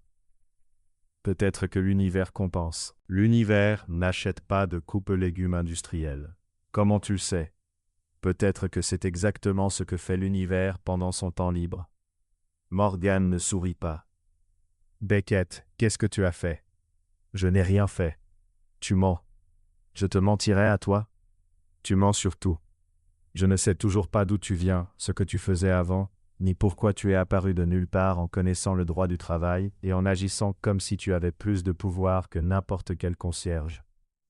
L'accusation resta suspendue entre eux, lourde, impossible à ignorer. Morgan, ne m'appelle pas par mon prénom. Je veux la vérité. La vérité est compliquée. Alors rends-la simple. Je ne sais pas comment faire sans tout gâcher. Gâcher quoi? Leurs regards se croisèrent, et Beckett vit quelque chose qui lui coupa le souffle. Ce n'était pas de la colère, c'était de la déception. Et pour une raison qu'il ne s'expliquait pas, la déception faisait bien plus mal. « J'ai besoin de temps, dit-il. Du temps pourquoi? Pour comprendre comment dire la vérité sans te perdre. » Morgan resta silencieuse un long moment. « Tu crois que tu m'as déjà... » La question était simple, mais elle portait un poids que Beckett n'était pas prêt à affronter. « Je crois, dit-il lentement, que ce qui se passe entre nous est réel. Plus réel que tout ce que j'ai jamais ressenti. Ça ne répond pas à ma question. » Non, parce que je ne connais pas la réponse. Je sais juste que quand tu es là, je n'ai plus besoin de faire. Semblant d'être quelqu'un d'autre. Morgan arqua un sourcil. C'est ironique, vu que tu fais clairement semblant d'être quelqu'un que tu n'es pas. Beckett laissa échapper un rire sans joie. Je sais, c'est un paradoxe. Je suis nul avec les paradoxes. Nul avec les sentiments. Morgan croisa les bras. Tu utilises les sentiments pour éviter la conversation sur la vérité. Ce n'est pas le cas. Si, totalement. D'accord, peut-être. Mais c'est parce que la vérité va tout changer. Changer comment? Tu vas me détester. Je ne te détesterai pas. Tu dis ça maintenant, Beckett. J'ai travaillé 3 ans pour Clayton Briggs. Tu ne connais pas ma capacité à ne pas détester les gens qui le méritent. Malgré la tension, Beckett esquissa un sourire. C'est un compliment? C'est une observation. Ce n'est pas la même chose. Tu as toujours une réponse à tout. Et toi, toujours une question pour détourner le sujet. Ils restèrent face à face, immobiles, l'air chargé de tout ce qui n'était pas dit. Je vais te le dire, finit par dire Beckett. Tout, mais pas ici, pas comme ça. Alors où et quand? Ce soir, au quai de livraison, après ton service. Morgan étudia son visage pendant un long moment. Et si je n'aime pas ce que tu dis? Alors au moins tu connaîtras la vérité, et j'aurai été honnête, au moins une fois. C'est un niveau d'honnêteté assez bas. Je sais, j'y travaille. Le reste de la journée passa dans un brouillard d'attente et de nervosité. Beckett fit plus d'erreurs que d'habitude, ce qui était impressionnant, vu son palmarès. Il renversa un seau d'eau sale dans le couloir principal. Il confondit le désinfectant avec le polish pour meubles pour la 2e fois en 3 semaines, et faillit se faire renverser par un chariot de room service, trop occupé à regarder son téléphone, espérant des nouvelles de Diana. « Tu es plus distrait que d'habitude » commenta Morgan en le croisant dans le couloir. « Et ton d'habitude est déjà très distrait. Je suis nerveux. » « Pourquoi » Beckett hésita à peine. « Parce que ce soir, je vais dire la vérité à la femme dont je suis amoureux. et je vais probablement la perdre. Morgan s'arrêta net. Qu'est-ce que tu viens de dire? Beckett s'arrêta aussi. Quelle partie? Celle du milieu? Celle où je parle de dire la vérité? Non, l'autre. Celle où tu dis être nerveux. Beckett, oui. Tu as dit que tu étais amoureux. Le couloir était vide. Mais Beckett eut l'impression que le monde entier les observait. Oui, de moi, de toi. Morgan ouvrit la bouche, la referma, puis l'ouvrit à nouveau. C'est très pratique. Quoi donc? Avouer tes sentiments, juste avant de révéler quelque chose de terrible. C'est une technique classique de persuasion. Je n'essaie pas de te persuader. Comment puis-je en être sûr? Tu ne peux pas. C'est justement ça. Tu vas devoir me faire confiance. Faire confiance à l'homme qui ment sur tout. Faire confiance à l'homme qui essaie d'arrêter de mentir. Morgan secoua la tête, mais quelque chose avait changé dans son regard. Ce n'était plus seulement de la méfiance. Ce soir, dit-elle enfin, au quai de livraison. Et si tu ne viens pas, ou si tu inventes une autre excuse, je serai là. Promis? Promis. Elle hocha la tête une seule fois et reprit sa route. Beckett resta seul dans le couloir, le cœur battant si fort qu'il avait l'impression qu'il allait s'échapper de sa poitrine. À 22 heures précises, il attendait au quai de livraison. À 22h15, Morgan apparut. Alors, dit-elle en s'asseyant à côté de lui, « Qui es-tu vraiment ?» Beckett inspira profondément. « Je m'appelle Beckett Shaw, et je suis le propriétaire de ce complexe. » Le silence qui suivit dura exactement 3 secondes. Puis Morgan éclata de rire. « Bien essayé. Maintenant, sois sérieux. » Beckett ne riait pas, et quand Morgan croisa son regard, son rire s'éteignit immédiatement. Elle ne cligna pas des yeux pendant près de 30 secondes. Beckett compta. C'était sa façon de ne pas paniquer pendant qu'il attendait qu'elle dise quelque chose. N'importe quoi. Même si c'était pour lui demander de partir de ce quai de livraison devenu, contre toute attente, l'endroit le plus important de sa vie. « Tu es en train de me dire que… » Elle finit par parler, la voix parfaitement maîtrisée. « Tu veux dire que j'ai passé 3 semaines à cacher de la nourriture dans des seaux à serpillière pour nourrir un milliardaire? » Techniquement, oui. Un milliardaire qui possède l'endroit où je travaille. Toujours techniquement exact. À qui j'ai appris à faire la différence entre le polish pour meubles et la cire pour sol. C'était une leçon très utile. Morgan se leva de la caisse sur laquelle elle était assise. « Je m'en vais. »« Morgan, attends. »« Non, j'ai besoin de digérer tout ça loin de toi. » Elle marcha jusqu'à la porte, puis s'arrêta avant de sortir. « Combien de temps comptais-tu laisser cette situation durer ?» Beckett hésita. « Je ne sais pas. »« Tu ne sais pas ?» ?»« Je n'avais pas de plan. Je suis venu ici pour comprendre ce qui n'allait pas dans ce complexe. Puis tu es arrivé et tout est devenu compliqué. »« Compliqué ?» Morgan répéta le mot comme s'il lui brûlait la langue. « Tu sais ce qui est compliqué? Travailler 16 heures par jour pour 7,23 $ de l'heure. Être harcelé par un manager qui cherche à me détruire. Ça, c'est compliqué. Découvrir que la seule personne qui semblait me comprendre ici est en réalité le propriétaire qui faisait semblant d'être pauvre. » Elle le fixa. « Ça, ce n'est pas compliqué. C'est cruel. Je n'ai jamais voulu. Je me fiche de ce que tu voulais. Ce qui compte, c'est ce que tu as fait. » Elle partit sans se retourner. Beckett resta seul sur le quai de chargement, accompagné uniquement par le bruit lointain des vagues. Les 3 jours qui suivirent furent les plus longs de sa vie. Morgan ne se montrait plus là où ils avaient l'habitude de se retrouver. Elle ne le regardait même pas lorsqu'ils se croisaient dans les couloirs. Elle ne répondait pas à ses tentatives désespérées. De conversation qui se résumait désormais à Beckett disant Morgan, tandis qu'elle continuait d'avancer comme s'il n'existait pas. « Tu as fait quelque chose ?» commenta Gerald le mardi, en le regardant avec suspicion. Morgan est différente. Différente comment? Triste. Différente et en colère en même temps. C'est inquiétant. Je n'ai rien fait. Menteur. Tout le monde vous a vus tous les deux. On pensait que c'était une romance. Apparemment, c'était un drame. C'est compliqué. Ça l'est toujours. Le mercredi, Beckett tenta une autre approche. Il laissa un mot dans le casier de Morgan. « Je suis désolé. Laisse-moi t'expliquer, s'il te plaît. » Le mot revint déchiré en 4 morceaux, glissé sous la porte des vestiaires des hommes. Le jeudi, il essaya encore. J'ai eu tort. Tu as tous les droits d'être en colère. Mais ce que je ressens pour toi est réel. Cette fois, le papier revint intact. Un seul mot était écrit au dos, non. Beckett commençait à comprendre que Morgan Lee n'était pas du genre à pardonner facilement. Ce qu'il ignorait, en revanche, c'est que Clayton Briggs préparait un plan bien plus dangereux que quelques notes déchirées. Monsieur Shaw. La voix surgit derrière lui, dans le couloir du 3e étage, vendredi soir à 20h. Beckett se retourna lentement. Clayton se tenait là, souriant de cette façon inquiétante.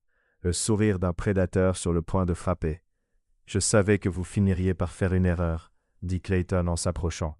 « N'imaginez simplement pas qu'elle serait aussi romantique.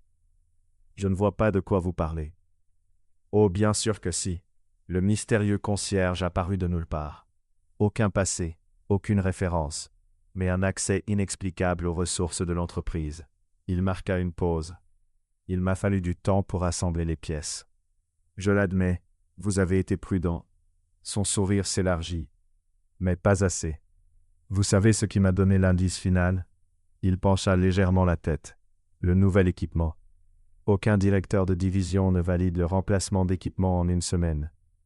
Ça prend des mois, parfois des années, mais pour le propriétaire du complexe, un simple coup de téléphone suffit. Beckett ne dit rien. Et ce n'est pas tout, continua Clayton, savourant clairement l'instant.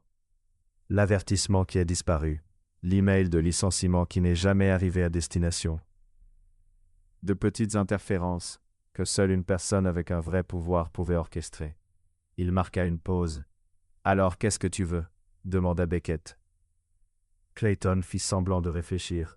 « Au départ, je voulais t'exposer, t'humilier devant tout le monde, montrer que le grand milliardaire jouait aux pauvres pendant que de vrais employés souffraient. » Un sourire lent s'étira sur son visage. « Et puis, j'ai réalisé que je pouvais faire quelque chose de bien plus intéressant. Un partenariat. » Beckett se raidit. « Tu gardes ton petit secret. Je garde mon poste. » Si rien de tout cela n'était arrivé, tu me fais chanter. Je t'offre une opportunité d'affaires, corrigea Clayton. Ce n'est pas la même chose. La colère monta en Beckett, mais il la maîtrisa. Et si je refuse? Clayton haussa les épaules. Alors demain, à la réunion générale du personnel, je dirai tout. Je montrerai les preuves. J'exposerai toute la supercherie et je laisserai tes employés décider ce qu'ils pensent d'un patron qui a fait semblant d'être l'un des leurs. Pour quoi exactement? S'amuser? Ce n'était pas un jeu. Peu importe ce que c'était. Ce qui compte, c'est l'image que ça donnera. Beckett resta silencieux un long moment. Tu es pire que je ne l'imaginais. Merci. J'essaie toujours de me dépasser. Ce n'était pas un compliment. Je sais, mais je le prends quand même. Clayton recula, toujours souriant. Tu as jusqu'à demain, 9h du matin. Réunion générale, salle principale. Sois là avec une réponse. Puis il disparut dans le couloir. Beckett s'appuya contre le mur. Le poids de la situation s'abattit sur lui comme une avalanche. Il n'y avait aucune bonne option. S'il acceptait le chantage, Clayton resterait le même manager abusif qu'il avait toujours été, désormais protégé par un secret dangereux. S'il refusait, la vérité éclaterait de la pire manière possible, racontée par la pire personne possible, et Morgan découvrirait non seulement qu'il avait menti, mais qu'il avait été démasqué par un homme qu'elle méprisait. Beckett sortit son téléphone et appela « Diana, j'ai besoin que tu fasses quelque chose. »« Monsieur Shaw, il est 23h. Je sais, mais demain à 9h, il y aura une réunion, et je dois être prêt. » « Prêt pour quoi? » Un silence. « Pour dire la vérité. À ma façon. » Un autre silence plus lourd. « Vous êtes sûr, monsieur? » « Non. Mais je suis fatigué de mentir. » Il raccrocha et regarda l'océan sombre par la fenêtre. Demain, tout allait changer. Pour le meilleur ou pour le pire, il l'ignorait encore. Mais une chose était certaine. Clayton Briggs ne raconterait pas l'histoire de Beckett Shaw. Beckett allait la raconter lui-même. Le lendemain matin, à 8h55, la grande salle d'événements était bondée. Des employés de tous les services prenaient place, murmurant sur la raison de cette réunion de dernière minute. Clayton Briggs se tenait sur scène, tablette à la main, sourire figé sur le visage. Et à la porte du fond, toujours vêtu de son uniforme de concierge, Beckett Shaw inspira profondément et entra. Clayton Briggs savourait chaque seconde. La salle pouvait accueillir 200 personnes. Mais ce matin-là, seules les 60 personnes de l'équipe du matin étaient présentes. Toutes serrées dans les premiers rangs, comme des élèves attendant une réprimande du proviseur. La climatisation ronronnait doucement. Les rideaux étaient tirés. Et Clayton occupait le centre de la scène, tel un chef d'orchestre prêt à diriger sa symphonie préférée. Beckett resta près de la porte du fond, observant la salle. Morgan était assise au 3e rang, entre Gerald et un cuisinier qu'il reconnaissait sans jamais en avoir appris le nom. Elle ne se retourna pas. Elle ne remarqua même pas son entrée. Son regard était fixé sur Clayton, avec l'expression de quelqu'un qui s'attend déjà au pire. « Merci à tous d'être présents », commença Clayton, la voix amplifiée par le micro accroché à son revers. « Je sais que cette convocation a été faite à la dernière minute, mais j'ai des informations importantes à partager. » Un murmure parcourut l'assemblée. Ces dernières semaines, ce complexe a traversé des situations inhabituelles. Du matériel remplacé sans autorisation, des documents disparaissant du système, des interférences et des procédures administratives qui n'ont clairement pas suivi le protocole. Beckett vit les épaules de Morgan se tendre. « Au départ, j'ai soupçonné une défaillance technique, » poursuivit Clayton, savourant visiblement la tension. « Mais après une enquête approfondie, j'ai découvert quelque chose de bien plus intéressant. » Il marqua une pause dramatique. Beckett faillit lever les yeux au ciel. Clayton avait toujours aimé le spectacle. « Nous avons un imposteur parmi nous. » Le murmure se transforma en bourdonnement inquiet. Un employé qui n'est pas celui qu'il prétend être. Quelqu'un qui a menti sur son identité, qui s'est infiltré dans notre équipe et qui a passé des semaines à faire semblant d'être quelqu'un qu'il n'est pas. Clayton balaya la salle du regard, s'arrêtant volontairement sur Morgan. Personne n'a développé une relation étroite avec l'une de nos employés de cuisine. Morgan se leva d'un bond. Son visage n'exprimait pas la honte, mais la colère. « Monsieur Briggs, dit-elle d'une voix ferme, si vous avez quelque chose à dire sur moi, dites-le clairement. Mademoiselle Rie, je ne parle pas de vous, je parle de votre ami.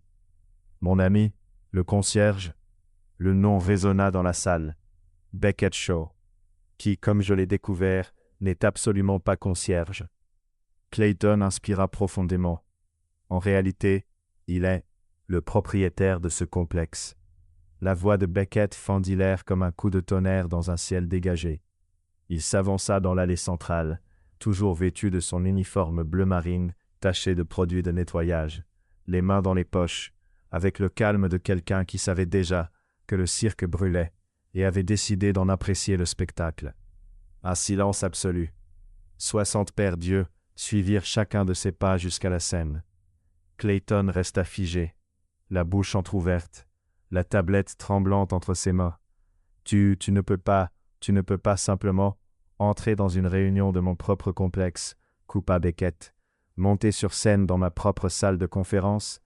Il s'arrêta à côté de lui. La différence de taille entre les deux hommes devint soudain flagrante. Vous alliez m'exposer de toute façon, poursuivit Beckett. J'ai donc pensé qu'il serait plus honnête de le faire moi-même. C'est totalement irrégulier, balbutia Clayton. Irrégulier. Quoi? Irrégulier, c'est passer 3 semaines à harceler une employée exemplaire parce qu'elle a eu le courage de poser des questions en réunion. Le murmure revint, cette fois dirigé contre Clayton. Irrégulier, c'est falsifier des avertissements, manipuler les plannings, créer un environnement de travail si hostile que des employés talentueux préfèrent se taire plutôt que de risquer leur poste. J'ai des preuves, lança Clayton en levant sa tablette comme un bouclier. Des rapports, des enregistrements, des documents montrant que votre intervention a compromis les procédures administratives. Beckett hocha lentement la tête. Vous avez raison, admit-il. Je suis intervenu. Un souffle parcourut la salle. J'ai utilisé ma position pour protéger quelqu'un qui subissait une injustice. Et si c'est ça, être irrégulier, il marqua une pause. Alors peut-être que ce sont les règles qui doivent changer. Il se tourna vers l'assemblée. Je m'appelle Beckett Shaw. Je suis le fondateur et le propriétaire du Cliffside Pacific Resort. Il marqua une pause. Il y a 3 semaines, j'ai décidé de travailler ici comme employé temporaire, parce que je voulais comprendre ce que les rapports et les tableurs ne montrent pas. Silence. Et ce que j'ai découvert me fait honte. Beckett parcourut la salle du regard, des visages qu'il n'avait jamais vus auparavant, des personnes dont il ne connaissait pas les noms, des gens qui faisaient fonctionner ce complexe chaque jour pendant que lui signait des chèques, dans des bureaux climatisés. J'ai découvert que vous travailliez des horaires impossibles pour des salaires insuffisants, que du matériel cassé reste des mois sans être remplacé, que les suggestions d'amélioration sont ignorées, et que toute personne qui ose se plaindre est punie. Un silence lourd s'abattit sur la salle. J'ai découvert que j'avais créé un endroit où les gens sont traités comme des éléments jetables. Morgan était maintenant debout, immobile. Ses yeux croisèrent ceux de Beckett pour la première fois depuis le quai de chargement. Il n'y avait plus de colère. Il y avait pire. Une déception profonde, totale. À compter de cet instant, poursuivit Beckett, en se tournant vers le manager, Clayton Briggs est suspendu de ses fonctions, dans l'attente d'une enquête formelle sur sa conduite administrative. Vous n'avez pas le droit, explosa Clayton. J'ai un contrat. J'ai des droits. Vous avez un avocat, répondit Beckett calmement. Je vous conseille de le consulter immédiatement. C'est de la rétorsion. C'est de la persécution. Non, c'est une conséquence. Il y a une différence. 2 agents de sécurité, que Beckett avait convoqués la veille au soir, apparurent aux portes latérales. Veuillez escorter M. Briggs à son bureau, afin qu'il récupère ses effets personnels. Clayton regarda autour de lui, cherchant du soutien. Il ne trouva que des regards détournés et un silence gêné. « Vous allez le regretter », murmura-t-il alors qu'on l'emmenait. Se referma derrière lui. Beckett se tourna de nouveau vers l'assemblée. « Je sais que c'est beaucoup à assimiler. Je sais que vous avez des questions. Et je vous promets que dans les prochains jours, j'y répondrai toutes. » Il inspira profondément. Mais pour l'instant, j'ai besoin de parler à une personne en particulier. Son regard trouva celui de Morgan. « Morgan, s'il te plaît, donne-moi 5 minutes. » Elle ne répondit pas. Elle se leva, passa devant Gerald, devant ses collègues qui tentaient de ne pas fixer la scène, et se dirigea vers la porte latérale. « Morgan, non. » Le mot était bas, mais définitif. « Tu me dois au moins une conversation. » Elle s'arrêta, la main posée sur la poignée. « Je ne te dois rien. Alors donne-moi une chance. Je t'en prie. » Morgan se retourna. Des larmes brillaient dans ses yeux, mais elle refusait de les laisser couler. « Tu veux savoir le pire? Ce n'est pas le mensonge. Les mensonges, je comprends. Les mensonges font partie du monde. Alors, c'est quoi le pire? » « Le pire, dit-elle d'une voix brisée mais contrôlée, c'est que j'ai cru en toi. Je pensais avoir enfin trouvé quelqu'un qui me voyait vraiment, qui me comprenait, qui était à mon niveau. » Elle laissa échapper un rire sans joie. « Mais tu n'as jamais été à mon niveau. Tu faisais semblant. Et c'est pire que n'importe quel mensonge. Morgan, ce que j'ai ressenti, ce que je ressens encore, c'est réel. Comment puis-je le savoir? Comment distinguer le vrai du faux quand tout ce que tu m'as dit était une mise en scène? » Beckett n'eut aucune réponse. « C'est bien ce que je pensais. » Morgan ouvrit la porte. « Félicitations pour ton discours dramatique, Monsieur Shaw. C'était très inspirant. Je suis sûr que les employés adoreront raconter cette histoire lors des soirées. » Elle se tourna une dernière fois. « Moi je pars. Le complexe, le travail, tout ça. Ne me cherche pas. » Elle sortit. La porte se referma doucement. Un simple clic qui résonna dans le cœur de Beckett comme un fracas. Dans le couloir, 60 employés restèrent immobiles, incapables de savoir s'ils devaient applaudir, pleurer ou simplement retourner travailler. Beckett demeura seul sur scène, fixant la porte par laquelle Morgan avait disparu. Il avait gagné la bataille contre Clayton, mais il avait perdu la seule chose qui comptait vraiment. La lettre de démission de Morgan Rhee arriva sur le bureau de Beckett exactement 47 minutes après la réunion. Il se trouvait dans le bureau qui avait techniquement toujours été le sien, mais qu'il n'avait jamais utilisé.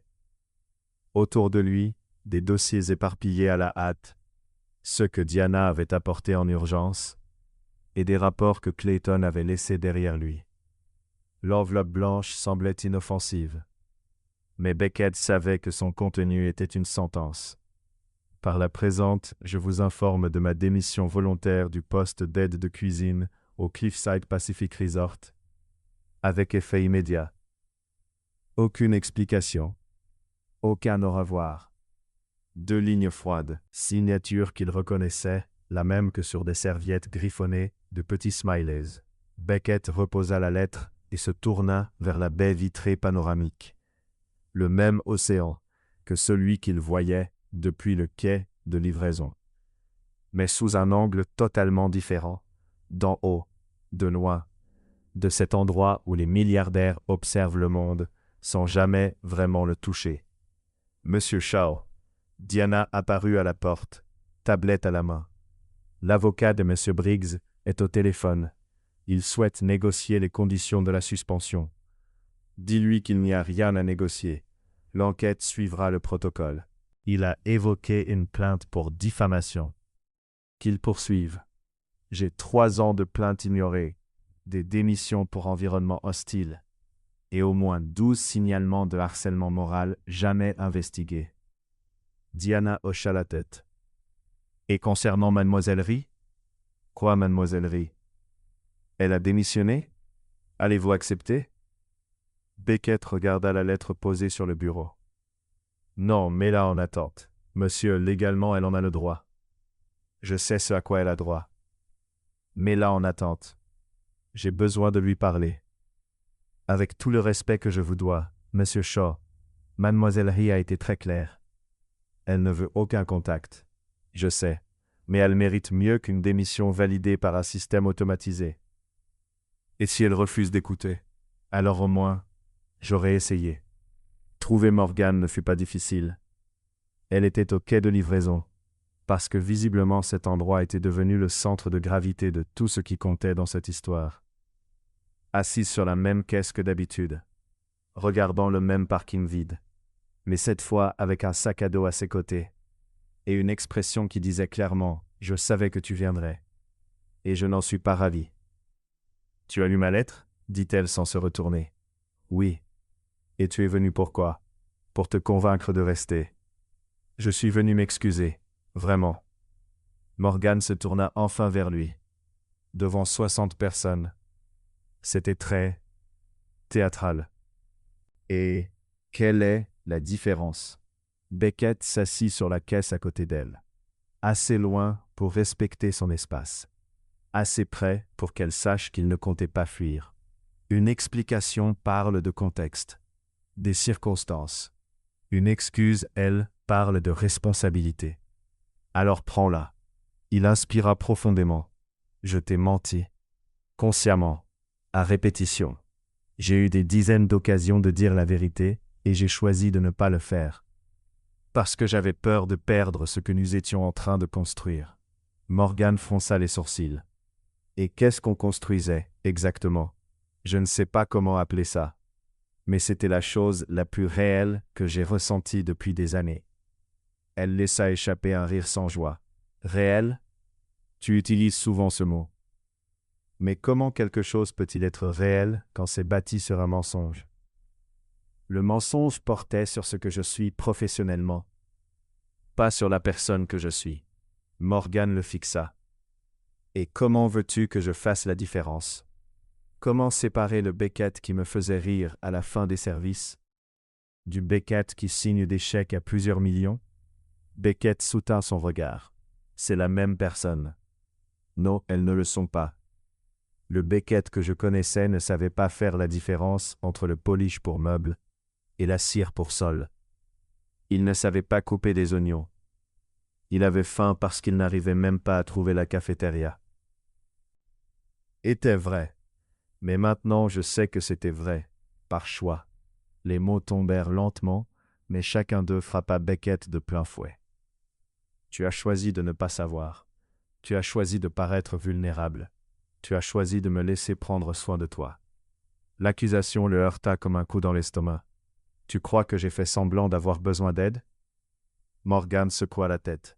Je ne sais plus ce que tu faisais semblant de vivre, et ce qui était réel. Beckett inspira profondément. La faim était réelle. La confusion était réelle. Le fait que je n'ai jamais travaillé de mes mains de toute ma vie était douloureusement réel. Il hésita. Et le reste aussi. Chaque conversation, chaque rire, chaque moment où je voulais te dire la vérité, mais où j'avais trop peur. Morgan resta silencieuse un long moment. Tu sais quel a été le moment le plus difficile pour moi? Demanda-t-elle enfin. Lequel? Quand Clayton m'a humilié devant tout le monde à cause de la poêle brûlée. Et que toi, tu es resté là à regarder, sans rien faire. La phrase resta suspendue. Je voulais intervenir, murmura Beckett. Mais si je l'avais fait, ça aurait éveillé des soupçons. Ça m'aurait protégé, le coupa Morgan.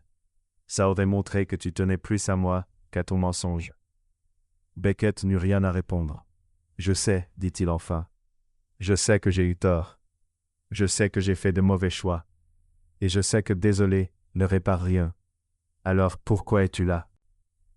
Je veux que tu saches que ce que j'ai ressenti, ce que je ressens encore, ce n'était pas une stratégie. Ce n'était pas de la manipulation. C'était réel. Ça l'est toujours. Morgan le regarda longuement. Et qu'est-ce que tu attends que je fasse avec cette information? Rien. Tu as parfaitement le droit de partir, de ne plus jamais me parler, de me détester toute ta vie. Je ne te déteste pas. Cette réponse le prit de court. La haine demande de l'énergie, et je suis trop fatigué pour gaspiller de l'énergie sur toi. Malgré lui, Beckett esquissa presque un sourire. C'est un progrès? Non, c'est de l'écuisement. Ne confonds pas les deux. Ils restèrent silencieux, observant le parking vide où rien ne se passait. Je ne vais pas accepter ta démission, dit finalement Beckett. Tu ne peux pas m'obliger à rester. Je sais, mais je peux laisser la porte ouverte. Pourquoi? Parce que tu es la meilleure employée que ce complexe ait jamais eue. Et parce que je veux que tu aies un choix. Pas une obligation. Pas une pression. Pas une persuasion. Un choix. Morgan le fixa. Et si je choisis de partir, alors je le respecterai. Mais tu partiras en sachant que tu avais la possibilité de rester. Et toi, tu vas rester ici à m'attendre comme un chien abandonné? Je vais continuer à essayer d'être une meilleure personne. Si tu es là pour le voir, tant mieux. Sinon, au moins je saurai que j'ai essayé. Morgan se leva, attrapa son sac à dos. J'ai besoin de temps. Combien de temps? Je ne sais pas. Assez de temps pour savoir si je peux te pardonner. Et si tu découvres que tu ne peux pas? Morgan s'arrêta près de la porte. Alors au moins, j'aurai essayé. Elle partit sans se retourner. Beckett resta seul sur le quai de chargement, regardant l'endroit où elle était assise quelques instants plus tôt. Ce n'était pas un oui, ce n'était pas une promesse, ce n'était pas une garantie, mais ce n'était pas un non. Et pour l'instant, c'était suffisant. Ou du moins c'est ce qu'il se répétait, tandis que le brouillard de l'après-midi commençait à envahir le parking désert. 3 semaines plus tard, une enveloppe apparut sur le bureau de Beckett. Ce n'était pas une lettre de démission. C'était une invitation à dîner, écrite sur une serviette en papier, avec un petit visage souriant dessiné dans un coin. La serviette disait « Quai de chargement, 20 heures. Apporte ton propre dîner, parce que je ne te nourrirai plus gratuitement. » Beckett relut le message au moins 40 fois, au cours des 3 heures suivantes. Il analysait chaque mot, chaque virgule, chaque ligne du petit smiley dans le coin. Il consulta Diana pour d'éventuelles interprétations. « Arrête de te faire des films et va simplement à l'heure convenue, » lui conseilla-t-elle. À 7h55, il était au quai de livraison.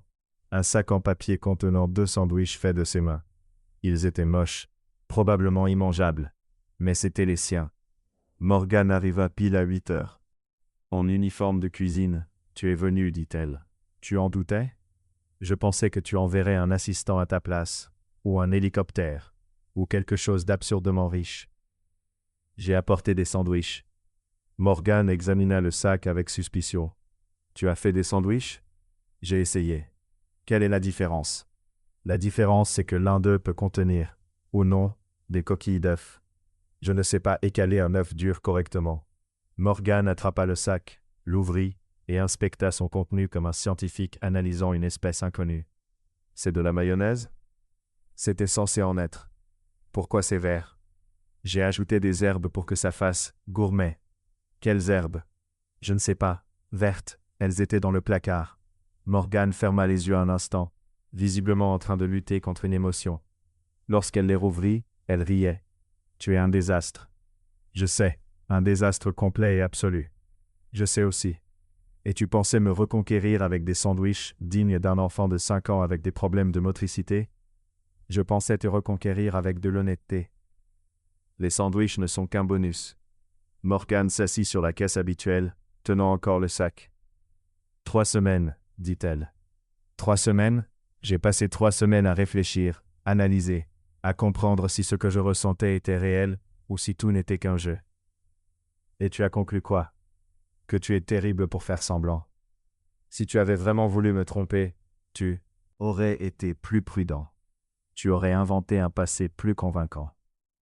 Tu n'aurais pas figé de peur sur la terrasse et en essayant de nettoyer cette vitre. Je n'ai pas figé. Gerald a dit que tu as figé et été en état de choc pendant 2 minutes. 1 minute 30. Et j'avais la situation sous contrôle. Tu as chuchoté pour demander de l'aide. C'était un chuchotement stratégique, pour voir si quelqu'un m'avait vu.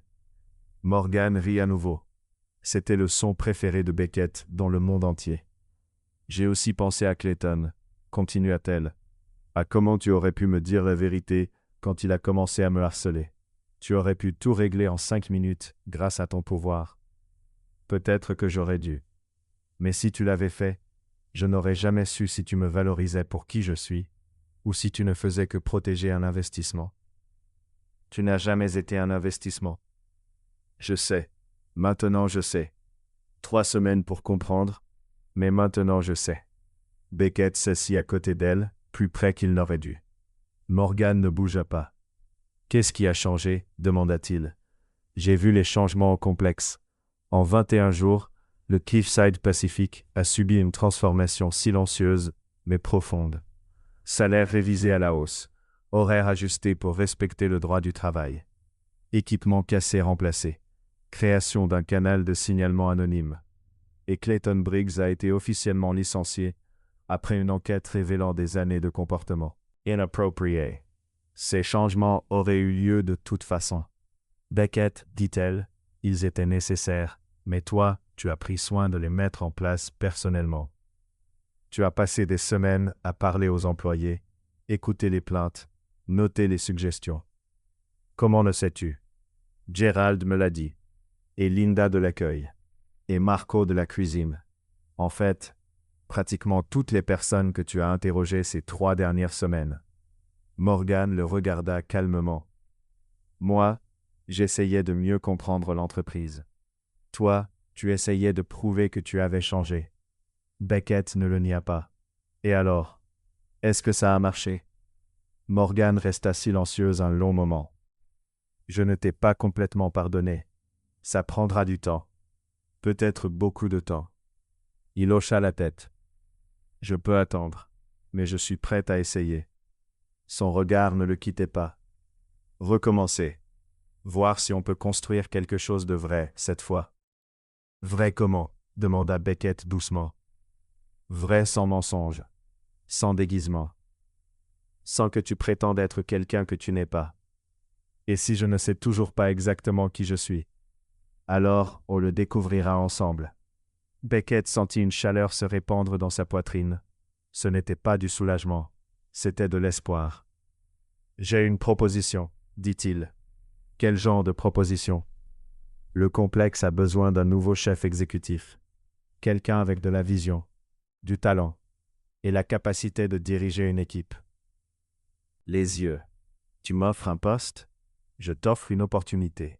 Le poste est ouvert sur la base du mérite, pas du favoritisme. Tu devras passer par le processus de sélection normal. Et si je n'en veux pas, alors je respecterai ta décision. Et on continuera à manger des sandwichs affreux sur le quai de chargement. Et si j'en ai envie, alors tu seras en concurrence avec les autres candidats. Et si tu gagnes, ce sera parce que tu le mérites, pas parce que tu fréquentes le propriétaire. Morgan s'arrêta net. Fréquente? Beckett réalisa ce qu'il venait de dire. Enfin, c'était une expression. Fréquenter n'est pas une expression générique. Ça peut l'être dans certains contextes. Dans quel contexte fréquenter est générique? Dans celui où je suis un désastre émotionnel, essayant de ne pas ruiner le seul moment positif que j'ai vécu depuis des semaines. Morgan sourit. Un vrai sourire, celui qui illuminait tout son visage. Tu es vraiment nul à ça. Je sais, mais j'essaie de m'améliorer. Elle le regarda avec douceur. Tu crois vraiment que ça peut marcher? Un milliardaire et une aide cuisinière? Ancienne aide cuisinière. Peut-être future chef exécutive. Ça ne change pas le fait qu'on vient de mondes totalement différents. Des mondes différents, mais le même quai de chargement. Il esquissa un sourire. Ça devrait compter, non? Morgan observa le parking vide, le ciel qui commençait à s'assombrir, les lumières du complexe qui clignotaient au loin.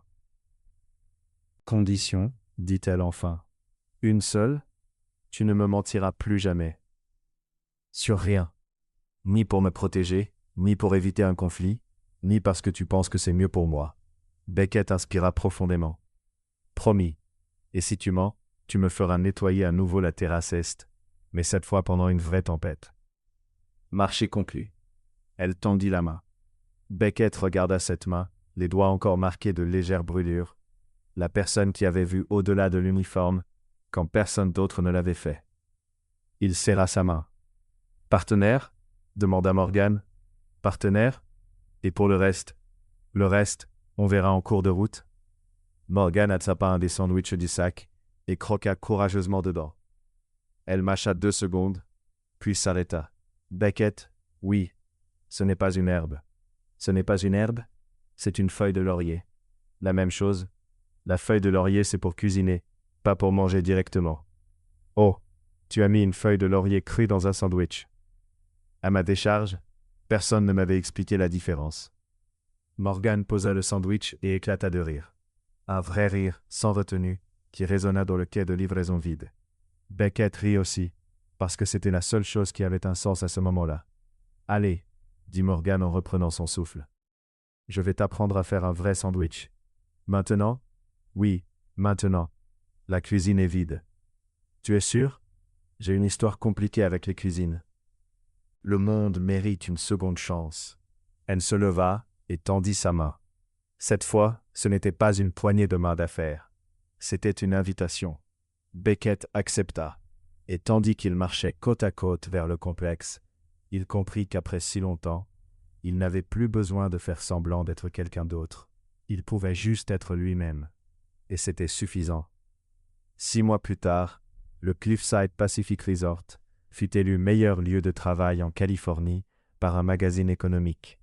L'article parlait d'un programme innovant de développement des employés, d'avantages supérieurs à la moyenne, et d'un chef exécutif ayant révolutionné le menu avec des recettes créatives et une philosophie de cuisine qui nourrit l'âme. Ce que l'article ne mentionnait pas, c'était qu'après chaque fermeture de la cuisine, le propriétaire venait apprendre à cuisiner. Il ne savait toujours pas faire la différence entre feuilles de laurier et herbes fraîches, mais il s'améliorait et Morgan était là pour lui apprendre. Nous voilà à la fin du voyage de Beckett et Morgan. Si tu crois que rien n'arrive par hasard, écris amour dans les commentaires. Profitez pour noter cette histoire de 0 à 10 et partager ta partie préférée de l'aventure du Cliffside Pacific Resort.